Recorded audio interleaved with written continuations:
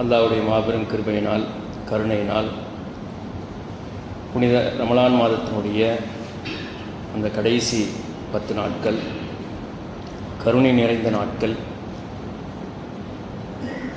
இந்த நாட்களிலே அதிகமாக அல்லாஹ்வுடைய செய்திகளை உள்வாங்கி அவனோடு நெருக்கமாக அவனுடைய அன்பையும் அருளையும் பெறுவதற்காக அவனிடம் கையேந்தி பிரார்த்தித்து நம்முடைய தேவைகளை பெற்றுக்கொள்வதற்கு, நம்முடைய பாவங்களுக்கு மன்னிப்பு தேடுவதற்கும் ஒரு அருமையான சந்தர்ப்பமாக இந்த கடைசி 10 நாட்கள் அமர்ந்திருக்கிறது.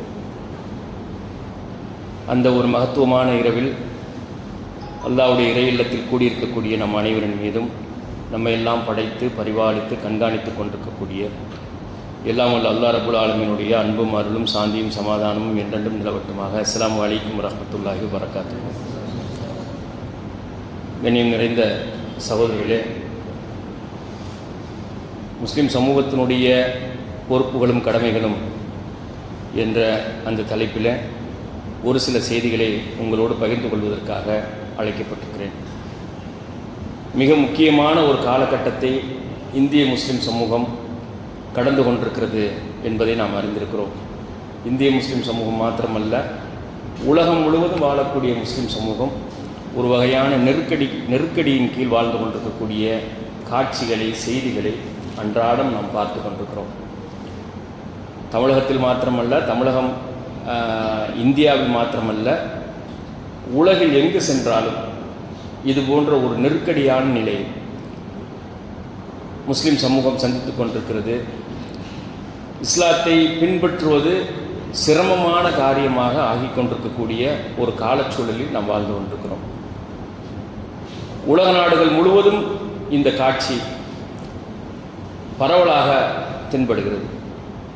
இப்போ இப்படிப்பட்ட ஒரு சூழலில் நம்முடைய பொறுப்புகள் என்ன, நாம் எப்படி அவற்றை எதிர்கொள்வது, இந்த நெருக்கடிகளை எதிர்கொள்ளக்கூடிய ஆற்றலை எப்படி வளர்த்துக் கொள்வது என்பது குறித்தான செய்திகள் தான் நம்ம அதிகமாக சிந்திக்க வேண்டிய செய்திகள். பிரச்சனைகள் வராமல் தடுக்க முடியுமா, நெருக்கடிகள் வராமல் தடுக்க முடியுமா என்றால், உலகம் அழிகின்ற காலம் வரையிலும் முஸ்லிம் சமூகத்துக்கான நெருக்கடிகள் நிறுவனமயமாக்கப்பட்ட நெருக்கடிகளாக இருந்து கொண்டே இருக்கும். அவர் எந்த துறையில் பயணித்தாலும் சரி, கல்வித்துறையில் பயணித்தாலும், வணிகத்துறையில் பயணித்தாலும், அரசு பணித்துறையில் பயணித்தாலும் சரி, ஆராய்ச்சி கல்வியில் பயணித்தாலும், எங்கே பயணித்தாலும், எங்கே வாழ்ந்தாலும், எந்த துறையில் ஈடுபட்டிருந்தாலும் அந்த இடத்தில் அவருக்கான நெருக்கடிகள் உலகம் அழிகின்ற காலம் வரைக்கும் முஸ்லிம் சமூகத்துக்கு இருந்து கொண்டே இருக்கும். அல்லாஹ்வுடைய ரசூல் முதலாக லா இலாஹ இல்லல்லாஹ் முஹம்மதுர் ரசூலுல்லாஹ் என்ற அந்த ஏகத்துவத்தை முன்வைத்த அன்றைய தினத்திலிருந்து உருவான இந்த எதிர்ப்புகள் உலகினுடைய இறுதி நாட்கள் வரையிலும் இருக்கும். எப்படி தயாரிச்சாங்க இந்த நெருக்கடிகளை எதிர்கொள்வதற்கு? அல்லாஹ்வுடைய ரசூல் அந்த ஆரம்ப கால தன்னுடைய தோழர்களை, குடும்பத்தார்களை, தோழர்களை, தன்னுடைய சித்தாந்தத்தை ஏற்றுக்கொண்ட மக்களை எப்படி பண்படுத்தினார்கள், தயாரித்தார்கள் என்பதற்கு ஒற்றை வரியில் சொல்ல வேண்டுமென்றால், இன்னைக்கு இருக்கக்கூடிய ஒரு நவீன கால வார்த்தையிலே, மாடர்ன் லாங்குவேஜில் சொல்கிறதா இருந்துச்சுன்னா, ஜவஹர்லால் நேருவனுடைய வார்த்தையிலிருந்து சொல்லணும். அவருடைய உலக வரலாறு புத்தகத்தில் அது தெளிவாக பதிவாக்கி இருக்கிறத நீங்கள் பார்க்கலாம். கிளிம்சஸ் ஆஃப் வேர்ல்டு ஹிஸ்ட்ரி என்ற பாகம் 1, பாகம் 2 புத்தகம் இருக்குது. ஜவஹர்லால் நேருவனுடைய அந்த உலக வரலாறு புத்தகம். அந்த புத்தகத்தில் உலகம் தோன்றிய காலத்திலிருந்து, அதாவது வரலாறு பதிவு செய்யப்பட்ட காலத்திலிருந்து என்னவெல்லாம் நடந்திருக்கிறது என்பதை எல்லாத்தையும் குறிப்பிட்டிருக்கிறார். அது எங்கே வச்சு அது எழுதினார் அப்படின்னா, அதில் ஒரு நமக்கான ஒரு அடையாளம் இருக்குது பாருங்கள். அவருக்கு ஒரே மகள் இந்திரா காந்தி அம்மையார். சிறையில் இருக்கின்ற போது ஏறக்குறைய ஒரு விட்டு ஒரு 10 ஆண்டுகளுக்கு மேலாக சிறையில் அடைக்கப்பட்டிருக்கிறார். அப்போ அந்த சிறையில் இருக்கின்ற காலமெல்லாம் ஒவ்வொரு இரவிலும் உட்கார்ந்து தன் மகளுக்கு கடிதம் எழுதுவார். இது அவருடைய வழக்கம். மகளேன்னு தான் அந்த கடிதம் துவங்கும். ஒரு நாளும் உட்கார்ந்து தன் மகளை அடுத்து இந்தியாவினுடைய தலைமை பொறுப்புக்கு தயாரிக்கிறார். எவ்வளவு விஷனரியோடு செய்வார் பாருங்க. ஆண் பிள்ளை பெண் பிள்ளை அப்படிங்கிறது பார்க்கலாம் பார்க்கல. அவர் ஜெயிலில் இருக்கிறார், அவங்க வெளியில் இருக்கிறாங்க, சின்ன வயசு இந்திரா காந்தி அம்மையாருக்கு. ஆனால் ஒரு தந்தை செய்ய வேண்டிய கடமை என்ன? இன்னைக்கு இருக்கிற மாதிரி கூகுளை தட்டினா செய்திகள் எல்லாம் வந்து விழக்கூடிய காலத்தில் அன்னைக்கு கிடையாது. சிறையில் இருந்து எழுதுறதா இருந்தால் எத்தனை நூல்கள் சிறையில் இருக்கணும், எவ்வளவு நூல்களை திரட்டணும், அதெல்லாம் ஆத்தென்டிகேட்டடாக இருக்கணும், எல்லாம் ஆதாரபூர்வமான செய்திகளாக இருக்கணும். ஏன்னா உலக வரலாறை பதிவு செய்ய தான் என்ன பொறுப்பில் இருக்கிறோம் அப்படிங்கிறத அவர் புரிஞ்சதுனால கண்ட செய்தியையும் கேட்ட செய்தியும் எழுதிடாமல் ஆதாரபூர்வமான செய்திகளை பதிவு செய்யணுங்கிறதுக்காண்டி ஆயிரக்கணக்கான நூல்களை படித்து தன் மகளுக்கு எழுதுகிறார். மகளே மகளே மகளேன்னு அந்த கடிதங்கள் எல்லாம் தொகுக்கும். அந்த கடிதங்கள் எல்லாம் தொகுக்கப்பட்டது தான் கிளிம்சஸ் ஆஃப் வேர்ல்ட் ஹிஸ்ட்ரி, உலக வரலாறு பாகம், தமிழ்லையும் வந்திருக்கிறது. அந்த புத்தகத்தில் அவர் அப்படியே சொல்லிக்கிட்டே வருவார். கிமுல நடந்தது என்ன, எங்கே நடந்துச்சு, இந்தியாவில் என்ன நடந்துச்சு, உலகத்தில் என்ன நடந்துச்சு, அரபுலகத்தில் என்ன நடந்துச்சு, ரோம பேரரசு எப்படி இடிச்சுப்பட்டுச்சு, யூதர்கள் எப்படி இருந்தாங்க, அவங்க எப்படியெல்லாம் சிதறடிக்கப்பட்டாங்க, இது எல்லாத்தையும் சொல்லிக்கிட்டே வந்து 7ஆம் நூற்றாண்டு வருகிறது. அல்லாஹ்வுடைய தூதர் ஹஸரத் ரசூலுல்லாஹி ஸல்லல்லாஹு அலைஹி வஸல்லம் தன் தன் தன் சித்தாந்தத்தை ஏற்றுக்கொண்ட மக்களை எப்படி பண்படுத்தினார் என்பதற்கு ஜவஹர்லால் நேருடைய கோட்டை. முஸ்லீம் அறிஞர்கள், வரலாற்று ஆசிரியர்கள் நிறைய எழுதி வச்சிருக்கிறாங்க, அது வேற விஷயம். ஆனால் உலக வரலாற்றில் ஒரு சம்பவமாக பார்க்கக்கூடிய அந்த சம்பவத்தை உலக வரலாறு படித்த உலகத்தினுடைய மிகச்சிறந்த தலைவர்களில் ஒருவர் எப்படி பதிவு செய்திருக்கிறார் அப்படிங்கிறதுக்கு தான் ஜவஹர்லால் நேரு எழுதுகிறாரு. 7ஆம் நூற்றாண்டு வரையிலும் ஒரு காலம் இருந்துச்சு. ரொம்ப நுட்பமாக புரிஞ்சிக்க வேண்டிய விஷயம். மாற்றம் எப்படி வரும் அப்படிங்கிறதுக்கான செய்தி இதில் இருக்குது. கவலைகள் நம்மள்கிட்ட இருக்கலாம், கவலைகள் சொல்யூஷனை தந்துடாது. இவ்வளோ நெருக்கடி ஏற்படுது, அரசியலில் நெருக்கடி இருக்குது, பொருளாதாரத்தில் நெருக்கடி இருக்குது, வியாபாரம் செய்ய முடியல, தொழில் நிறுவனங்களை பெருக்க முடியலை, விஸ்தரிக்க முடியலை, அடையாளம் முஸ்லீம்கிற அடையாளம் தென்னகத்தில் பிரச்சனை இல்லை, வட இந்தியாவில் இஸ்லாமிய முஸ்லீம்கிற அடையாளமே சிக்கலாக இருக்குது, பேர் சிக்கலாக இருக்குது, வேலை கிடைக்குது இல்லை, கல்வி மறுக்கப்படுது, மதரசாக்களை ரன் பண்ண முடியலை, இவ்வளவு நெருக்கடிகளும் இருக்குது பாருங்கள். இப்போ இந்த நெருக்கடிகள் எல்லாம் நமக்கு செய்தியாக வருது, கவலைப்படுறோம். கவலை சொல்யூஷனை தருமான சொல்யூஷனை தராது. சொல்யூஷனை நோக்கி நகரணும். அதுக்கு எப்படி நகர்றது? இந்த பிரச்சனையை எதிர்கொள்ளக்கூடிய ஆற்றல் பொருந்திய மக்களாக உருவாக்கணும். எப்படி உருவாக்குறது? அல்லாஹ்வுடைய ரசூல் எப்படி உருவாக்குனாங்க என்பதுதான் இங்கே அடையாளம். இப்போ ஜவஹர்லால் நேரு எழுதுறாரு பாருங்க, 7ஆம் நூற்றாண்டு வரையிலும் ஒரு காலம் இருந்தது. உலகத்தினுடைய அறிவுசார் விஷயங்கள் எல்லாம் மங்கி போயிருந்த காலம். அந்த காலம் அறிவு சார்ந்த விஷயங்கள் மங்கி இருந்த காலம். பல்லவ மன்னர்களுடைய ஆட்சி இங்கே 7ஆம் நூற்றாண்டு. அல்லாஹ்வுடைய தூதர் வந்துட்டு நபியாக்கப்பட்ட அந்த ஆண்டுக்கு பாருங்கள் 610 மகேந்திரவர்மன், காஞ்சிபுரத்தில் மகேந்திரவர்மன்கிற ஒரு ஆட்சி. அவர் தான் வந்துட்டு மகாபலிபுரத்தில் அந்த பெரிய கோயிலையெல்லாம் கட்டினவர். அவருடைய ஆட்சி நடந்துகிட்டு இருந்த சமயம் அந்த சமயம். அப்போ அந்த நேரத்தில் 7ஆம் நூற்றாண்டிலே முகமது, அவருடைய வார்த்தையில் சொல்கிறார் ஸல்லல்லாஹு அலைஹி வஸல்லம், ஜவஹர்லால் நேரு முகமது வந்து தோன்றினார், தன்னை இறை தூதராக அறிவித்தார். அவருடைய வார்த்தையிலே நான் சொல்கிறேன். அந்த அரபு சமூகம் என்பது பழிவாங்குவதிலேயே தங்களுடைய முழு நேர வாழ்க்கையாக வைத்திருந்தார்கள். குழுக்களாக கிராமங்களிலே குழுக்கள், இந்த ட்ரைபல்ஸ்ன்னு சொல்லுவோம் பாருங்கள், ஷெட்யூல் ட்ரைப்ஸ் சொல்லுவாங்க, பட்டியலின மக்களில் பழங்குடி சமூகம். அந்த பழங்குடி சமூகத்தை எப்போவுமே எப்படி இருக்கும் அப்படின்னு சொன்னால், ஒரு ஊரில் குழுவாக இருப்பாங்க ஃபுல்லாக. அவங்கள்ட்ட யாராவது சண்டைக்கு வந்தால் ஏதாவது ஒரு பழி விழுந்துச்சுன்னா திருப்பி போயிட்டு பழி வாங்குறது. இந்த பழி வாங்குறதுலே தான் அவங்களுடைய ஆண்கள் அதிகமாக கொல்லப்பட்டு பெண்கள் எல்லாம் கைதிகளாக பிடிக்கப்படக்கூடிய காட்சிகள் எல்லா இடத்துலையும் நடக்கும். பழங்குடிகளினுடைய வாழ்க்கை முறையே அப்படித்தான் இருக்கும். அப்போ பழங்குடிகளாக கிராமங்களிலே அரபுகள் கழுதைகளை மேய்த்து கொண்டு ஒட்டகங்களோடும் மலைகளிலும் குகைகளிலும் வாழ்ந்து கொண்டிருந்தவர்கள் 7ஆம் நூற்றாண்டில் அவர்களை கையில் எடுத்து அந்த மக்களுக்கு கற்றுக் கொடுத்து பண்படுத்தினார்.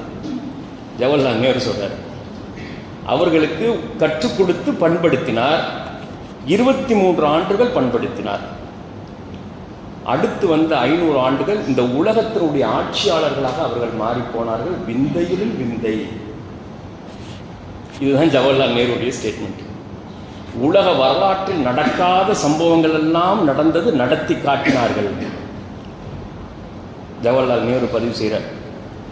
அது போன்ற சம்பவங்கள் உலக வரலாற்றில் எந்த காலத்தில் நடந்தது கிடையாது, இனியும் நடக்குமா என்பது சந்தேகமே. 23 ஆண்டுகளில் பழி வாங்குவதிலே முழு நேர ஈடுபாடு, பெண்களை உயிரோடு புதைத்து கொண்டிருந்தார்கள், வெளிப்படையாக விபச்சாரம் செய்து கொண்டிருந்தார்கள், மது ஆறாக ஓடியது. அந்த அரபு பிரதேசத்தை உலக வல்லரசுகளாக இருந்த அன்றைக்கு ரோம பேரரசும் பாரசீக பேரரசும் அது அந்த மனிதர்கள் வாழ்வதற்கு அருகதையற்ற ஒரு பூமி என்று ஒதுக்கப்பட்ட ஒரு நிலமாக இருந்தது. அதிலே தோன்றியவர் 23 ஆண்டுகளிலே பண்படுத்தினார். 13 ஆண்டுகளுக்கு பிறகு மதீனாவிற்கு புலம்பெயர்ந்தார். ஒரு அரசை கட்டமைத்தார். ஃபர்ஸ்ட் இஸ்லாமிக் ஸ்டேட்னு சொல்லுவாங்க. ஒரு அரசை கட்டமைத்தார். மதீனாவில் வாழ்ந்த பல சமூகங்கள், பல மத மக்களை ஒரு அரசமைப்பு சட்டத்தின் கீழ் ஒருங்கிணைத்தார். அதுதான் தி ஃபர்ஸ்ட் ரிட்டன் கான்ஸ்டியூஷன் இன் தி வேர்ல்டுன்னு சொல்லுவாங்க. முதலாக எழுதப்பட்ட அரசமைப்பு சட்டம் என்பது கேட் ஆஃப் மதீனான்னு சொல்லுவாங்க.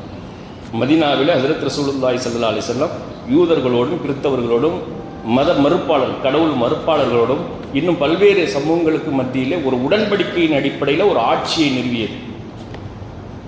ஒரு அரசமைப்பு சட்டத்தின் அடிப்படையிலான ஆட்சி. எல்லா சமூக மக்களுக்கும் அவரவருடைய மத உரிமைகளை பாதுகாக்கின்ற ஒரு அரசமைப்பு சட்டம். அந்த சட்டத்தின் அடிப்படையில் ஒரு ஆட்சியை நிறுவினார். அவருடைய காலத்திற்கு பிறகு, அந்த 23 ஆண்டு காலத்திற்கு பிறகு, அவரிடமிருந்து பெற்ற பயிற்சியின் காரணமாக, அவர் விதைத்த இலக்கின் காரணமாக, அந்த மக்களிடையே அவர் விதைத்த உயர்வான இலக்கின் காரணமாக, உலகத்தால் ஒதுக்கப்பட்ட ஒரு நிலத்திலிருந்து உருவாகி வந்த ஒரு குழு உலகத்தின் தலை சிறந்த 2 வல்லரசுகளை ஒரே நேரத்தில் வீழ்த்தியது. ஹிஸ்டரி, வரலாறு, உலக சரித்திரத்திலே நடந்தது கிடையாது. It's miracle. முடிக்கிறார். விந்தையிலும் விந்தை. ஒரே நேரத்தில் 2 மாபெரும் வல்லரசுகள் வீழ்த்தப்பட்டது. ரோமன் எம்பையர் ஏறக்குறைய ஒரு 1000 வருஷம் பாரம்பரியம் மிக்க, இன்னும் அதனுடைய பின்புலத்தை தோணும்னா அலெக்சாண்டர் காலத்திலேருந்து 2000-3000 வருஷம் பாரம்பரியம், போர் பயிற்சிகள் பெற்ற ஒரு பிரம்மாண்டமான இராணுவத்தை கட்டமைத்திருந்த, உலகத்தின் பல பகுதிகளை வெற்றி கொண்டிருந்த ஒரு பேரரசனுடைய இராணுவம், 2 லட்சம் வீரர்கள், வெறுமனே 20,000 வீரர்கள் சென்று அந்த 2 லட்சம் வீரர்கள் கொண்ட படையை வீழ்த்தியது. ஒரு நேரத்தில் ரோம பேரரசும் வீழ்த்தப்பட்டு இருக்கு, அதே நேரத்தில் பாரசீக பேரரசும் வீழ்த்தப்பட்டது. அது எப்படி அந்த சிந்தனையை விதைச்சாங்க அப்படின்னு சொல்லி சொன்னா, இதுதான் நமக்கான பாடம். பிரச்சனைகள் நம்ம பேசிட்டே இருப்போம், ஆனால் உருவாகி வரக்கூடிய ஜெனரேஷனுடைய உள்ளத்தில், உங்கள் வீட்டில் இருக்கக்கூடிய நண்டு வண்டிட்டில் உள்ளத்தில் நீங்கள் எப்படி விதைக்கணும், எதை விதைக்கணும் என்பதற்கான அடையாளம். உங்களுக்கெல்லாம் தெரியும், ஹந்தக் யுத்தம். மதீனாவில் புலம்பெயர்ந்து வந்ததுக்கப்புறம் ஹந்தக் யுத்தம் நடக்குது. அகல்போர்னு சொல்லுவாங்க பாருங்கள். இந்த நீங்கள் செஞ்சார்ஜ் கோட்டைக்கு போனீங்கன்னா கோட்டைக்கு முன்னால் ஒரு குழி இது அகல் வெட்டப்பட்டிருக்கும். அதே மாதிரி வேலூர் கோட்டைக்கு போனீங்க, எங்கே கோட்டை கட்டினாலும் சரி, அந்த கோட்டையை கட்டி கோட்டைக்கு முன்னால் வந்துட்டு ஒரு பெரிய ஆறு ஒன்று, ஒரு வாய்க்கா மாதிரி தோண்டுவாங்க. வாய்க்கா தோண்டி அதில் தண்ணியை விட்டு அதில் பாம்பு முதல்ல எல்லாத்தையும் விட்டுருவோம். ஏன்னா யாரும் இறங்கி கோட்டை மேலே ஏறிடக்கூடாது அப்படிங்கிறதுனால. மதீனாவில் இருக்கும்போது மக்காவில் இருக்கக்கூடிய குறைஷிகள் சுற்றி இருக்கக்கூடிய எல்லா இனக்குழுக்களையும் ஒன்று சேர்த்து கொண்டு ஒரு பெரிய கூட்டணி அமைத்து இறுதியாக மதீனாவில் வைத்தே அவர்களுடைய கதையை முடித்து விடுவது என்று முடிவு செஞ்சு படையை திரட்டி வருகிறார்கள். இந்த செய்தி அல்லாஹ்வுடைய தூதருக்கு வருது. மதீனாவில் இருக்கிறாங்க. அப்போ கோடை காலம், சரியான கோடை காலம், பஞ்சமான காலம், உணவு தட்டுப்பாடான காலம், ஒருவேளை சாப்பிட்றதே சிரமமான காலமாக இருந்துட்டு அந்த காலத்தில் என்ன செய்கிறது? மதீனாவில் இருக்கக்கூடிய சில முனாஃபிக்குகளும் சேர்ந்து கொண்டு ஒரு கூட்டணி அமைத்து, அஹ்ஸாப்னு வரும் பாருங்க, சூரா அஹ்ஸாப், கூட்டணி அப்படின்னா அதுக்கு பேர். அது ஒரு கூட்டணி அமைத்து கொண்டு பெரும் படையை திரட்டி வருகிறார்கள். ஷூரா கவுன்சில் கூடி மதீனாவில் என்ன செய்கிறது? 3 பக்கமும் மலை இருக்குது மதீனாவை சுற்றி. ஒரு பக்கம் தான் நிலம், அந்த நிலத்தில் தான் என்ட்ரி ஆகணும், போட்டு வரணும். 3 பக்கம் மலைகளும் காடுகளும் சூழப்பட்டிருக்கிறது. அது நிலம் வந்துட்டு ஒரு 6 கிலோமீட்டர் இப்படி இருக்கும், கேர்வாக இருக்கும், அப்படியே இருக்கும், 6 கிலோமீட்டர். அப்போது அந்த நிலவழி பகுதியில் அவங்க என்ட்ராய் வராமல் இருக்கிறதுக்கு பள்ளம் தோண்டுவோம் அப்படிங்கிற அந்த ஒரு கருத்து முன்வைக்கப்படுது சல்மான் ஃபாரிசி ரலியல்லாஹு அன்ஹு அவர்கள் மூலமாக. ஏன்னா அந்த பள்ளம் தோன்ற போர்க்களை எல்லாம் வந்துட்டு அரபுகளுக்கு தெரியாது. அந்த மாதிரி போரில் அவங்க ஈடுபட்ட சரித்திரமே கிடையாது. அது முற்றிலும் புதுசானது. எல்லாரும் ஆச்சு, அது எப்படிங்க பள்ளம் தோண்டினா வந்துட்டு வராமல் இருப்பாங்க? பாரசீகத்தில், பேர்ஷியாவில் வந்துட்டு இது ஒரு வழக்கமாக இருக்கிறது, அதனால செய்வோம் அப்படின்னு சொன்ன உடனேயும் 15 அடி ஆழத்துக்கு 30 அடி அகலத்துக்கு, 15 அடி ஆழம் கூட இந்த பள்ளி இதை விட கொஞ்சம் கூடுதலாக இருக்கும். 15 அடி ஆகலத்துக்கு 30 அடி அகலத்துக்கு வந்துட்டு 6 நாட்களில் பள்ளம் தோண்டி ஆகணும். 6 கிலோமீட்டர் பள்ளம் தோன்றாங்க. பாறைகள் நிறைந்த அந்த பகுதியை வந்துட்டு பசி பட்டினியில் தோண்டி எடுக்கிறாங்க. அது செய்யலை அப்படின்னு சொன்னால் அந்த படைகள் என்ட்ரி ஆகிடும். மதீனாக்குள்ள என்ட்ரி ஆனிச்சுன்னா தப்பிக்க முடியாது. 3 பக்கம் மலை சூழப்பட்டிருக்கு. ஏறக்குறைய நெருங்கி வந்துருச்சு. 6 நாட்களில் வந்து தோண்டி முடிச்சாங்க. அப்படிங்கிறதுனால எல்லா ஆண்களும் சேர்ந்து பள்ளத்தை தோன்றாங்க. அப்போது ஒரு நபித்தோழர் வந்து அல்லாஹ்வுடைய தூதர்கிட்ட கேட்குறாங்க, எங்களால் தாங்க முடியலை, பசியோடு ரொம்ப சிரமமாக இருக்குது, வீட்டில் வந்துட்டு சோறு தண்ணி இல்லாமல் ரொம்ப சிரமமாக இருக்குது, பிள்ளைகளும் பெண்களுமாக அப்படின்னு சொல்லும்போது அல்லாஹ்வுடைய தூதர் தான் வயிற்றை காட்டுவாங்க. பாரு, என் வயிற்றில் வந்து 2 கல் கட்டியிருக்கேன், பசி தெரியாமல் இருக்கணுங்கிறதுக்காண்டி சொல்லிவிட்டு அல்லாஹ்வுடைய தூதர் சொன்னாங்க, இதற்கு பிறகு குறைஷிகளோடு போர் கிடையாது, இதுதான் ஃபைனல். அதே மாதிரி அதுக்கு பிறகு போரே நடக்கலை, அதுதான் ஃபைனலாக முடிஞ்சு போச்சு. அஹ்ஸாப் சொன்னாங்க, இதற்கு பிறகு போர் கிடையாது, பசியை பொறுத்து கொள்ளுங்கள், சிரமத்தை பொறுத்து கொள்ளுங்கள் அப்படின்னு சொல்லிட்டு சொன்னாங்க. இன்னும் சில ஆண்டுகளில் நீங்கள் ரோமையும் பாரசீகத்தையும் வெல்வீர்கள் அப்படிங்கிற அந்த சிந்தனையை, அந்த இலக்க, உயர்வான இலக்க பசி பட்டினியோடு இருக்கக்கூடிய அந்த தோழர்கள் மனசில் விதைச்சாங்க. இது நடக்கிறது வந்து 600 ஏறக்குறைய ஒரு 26-27 நடக்குது. கிபி 626-27 மார்ச் மாதத்தில் நடக்குது. இந்த போர் நடக்குது. அந்த செய்தியை விதைக்கிறாங்க. அல்லாஹ்வுடைய தூதர் வஃபாத் ஆகிறது 633வது வருஷம். ஒரு 6 வருஷம் கழித்து அவங்க வஃபாத் ஆகிடுறாங்க. அதுக்கப்புறம் அபூபக்கர் சித்திக் ரலியல்லாஹு அன்ஹுடைய ஆட்சி, பின்னால் உமர் ரலியல்லாஹு அன்ஹு, அடுத்ததாக உமர் ரலியல்லாஹு அன்ஹுடைய ஆட்சி. 636 வருது. அல்லாஹ்வுடைய ரசூல் சொல்லி 9 ஆண்டுகள் கழித்து 636 தான் மதீனாவிலிருந்து சென்ற இராணுவம், 20,000 வீரர்களை கொண்ட இராணுவம் 2 லட்சம் வீரர்களை வீழ்த்தி அந்த சரித்திர சாதனையை செய்து ரோமும் வீழ்த்தப்பட்டது, பாரசீகமும் வீழ்த்தப்பட்டது. இந்த பிள்ளைகள் உருவாகி வரக்கூடிய பிள்ளைகள் இருக்கிற ஒரு வீட்டில், நம்ம வீட்டில் உருவாகி வரக்கூடிய ஒரு பிள்ளையும் மகத்தான ஆற்றல் மிக்கவர்களாக இருக்கிறார்கள். நம்ம கண்ணுக்கு, தாய் தந்தை கண்ணுக்கு என்ன தெரியும் அப்படின்னு சொல்லிச்சுன்னா, நான் பெத்த பிள்ளை அப்படிங்கிறதோடு அவங்க வந்து லேஸ் மாசாக எடுத்துக்குவாங்க. அது அல்லாஹ்வுடைய மகத்தான படைப்பு என்ற பார்வை நமக்கு வேணும். வீட்டில் வளரக்கூடிய பிள்ளைகள் நம்ம தாய் தந்தை பார்க்கக்கூடிய பார்வை வேணும். அந்த மகத்தான படைப்பிட்ட உலகத்தினுடைய உயர்வான இலக்கை விதைச்சோம் அப்படின்னு சொன்னால் பெரும் சாதனையாளர்கள் உருவாகி வருவாங்க. அல்லாஹ் வந்து ஒரு புழு பூச்சை கூட சும்மா படைக்கலை, ஒரு நண்டு வண்டை கூட சும்மா படைக்கலை. எதுவுமே வீணானது கிடையாது, எந்த படைப்பும் வீணானது கிடையாது. அல்லாஹ் வீணானதை படைக்க மாட்டான், தக்க காரணத்துக்காக படைச்சிருப்பான். சிலதில் சில பேர்த்துக்கு ஆர்வம் இருக்கும், சிலதில் சில பேர்த்துக்கு ஆர்வம் இருக்காது. அது எதில் திறன் மிக்கது அப்படிங்கிறத வந்துட்டு அறிகிறதுல தான் நிறைய பேர் நம்ம மிஸ்டேக் பண்ணிடுறோம். அப்போ பிள்ளைகள் மனசில் எப்படி உயர்வான இலக்கை விதைக்கணும் அப்படிங்கிறதுக்கு இது ஒரு அடையாளமாக இருக்கிறது. ரோம பேரரசும் வீழ்த்தப்பட்டுச்சு, பாரசீக பேரரசும் வீழ்த்தப்பட்டுச்சு. ரோம பேரரசை விட பாரசீக பெர்ஷியன் எம்பையர், சாசனேட் எம்பையர்னு சொல்லுவாங்க, அதுக்கு பெரும் வரலாறு, 5000 வருஷம் வரலாறு இருக்குது. மகத்தான தலைவராக இருந்த சைரஸுங்கிற ஒரு மன்னரெல்லாம் அதில் உருவாகி வந்தவர் தான், கிமு 500 வாழ்ந்தவர். அதனுடைய தொடர்ச்சி தான் பாரசீக பேரரசு.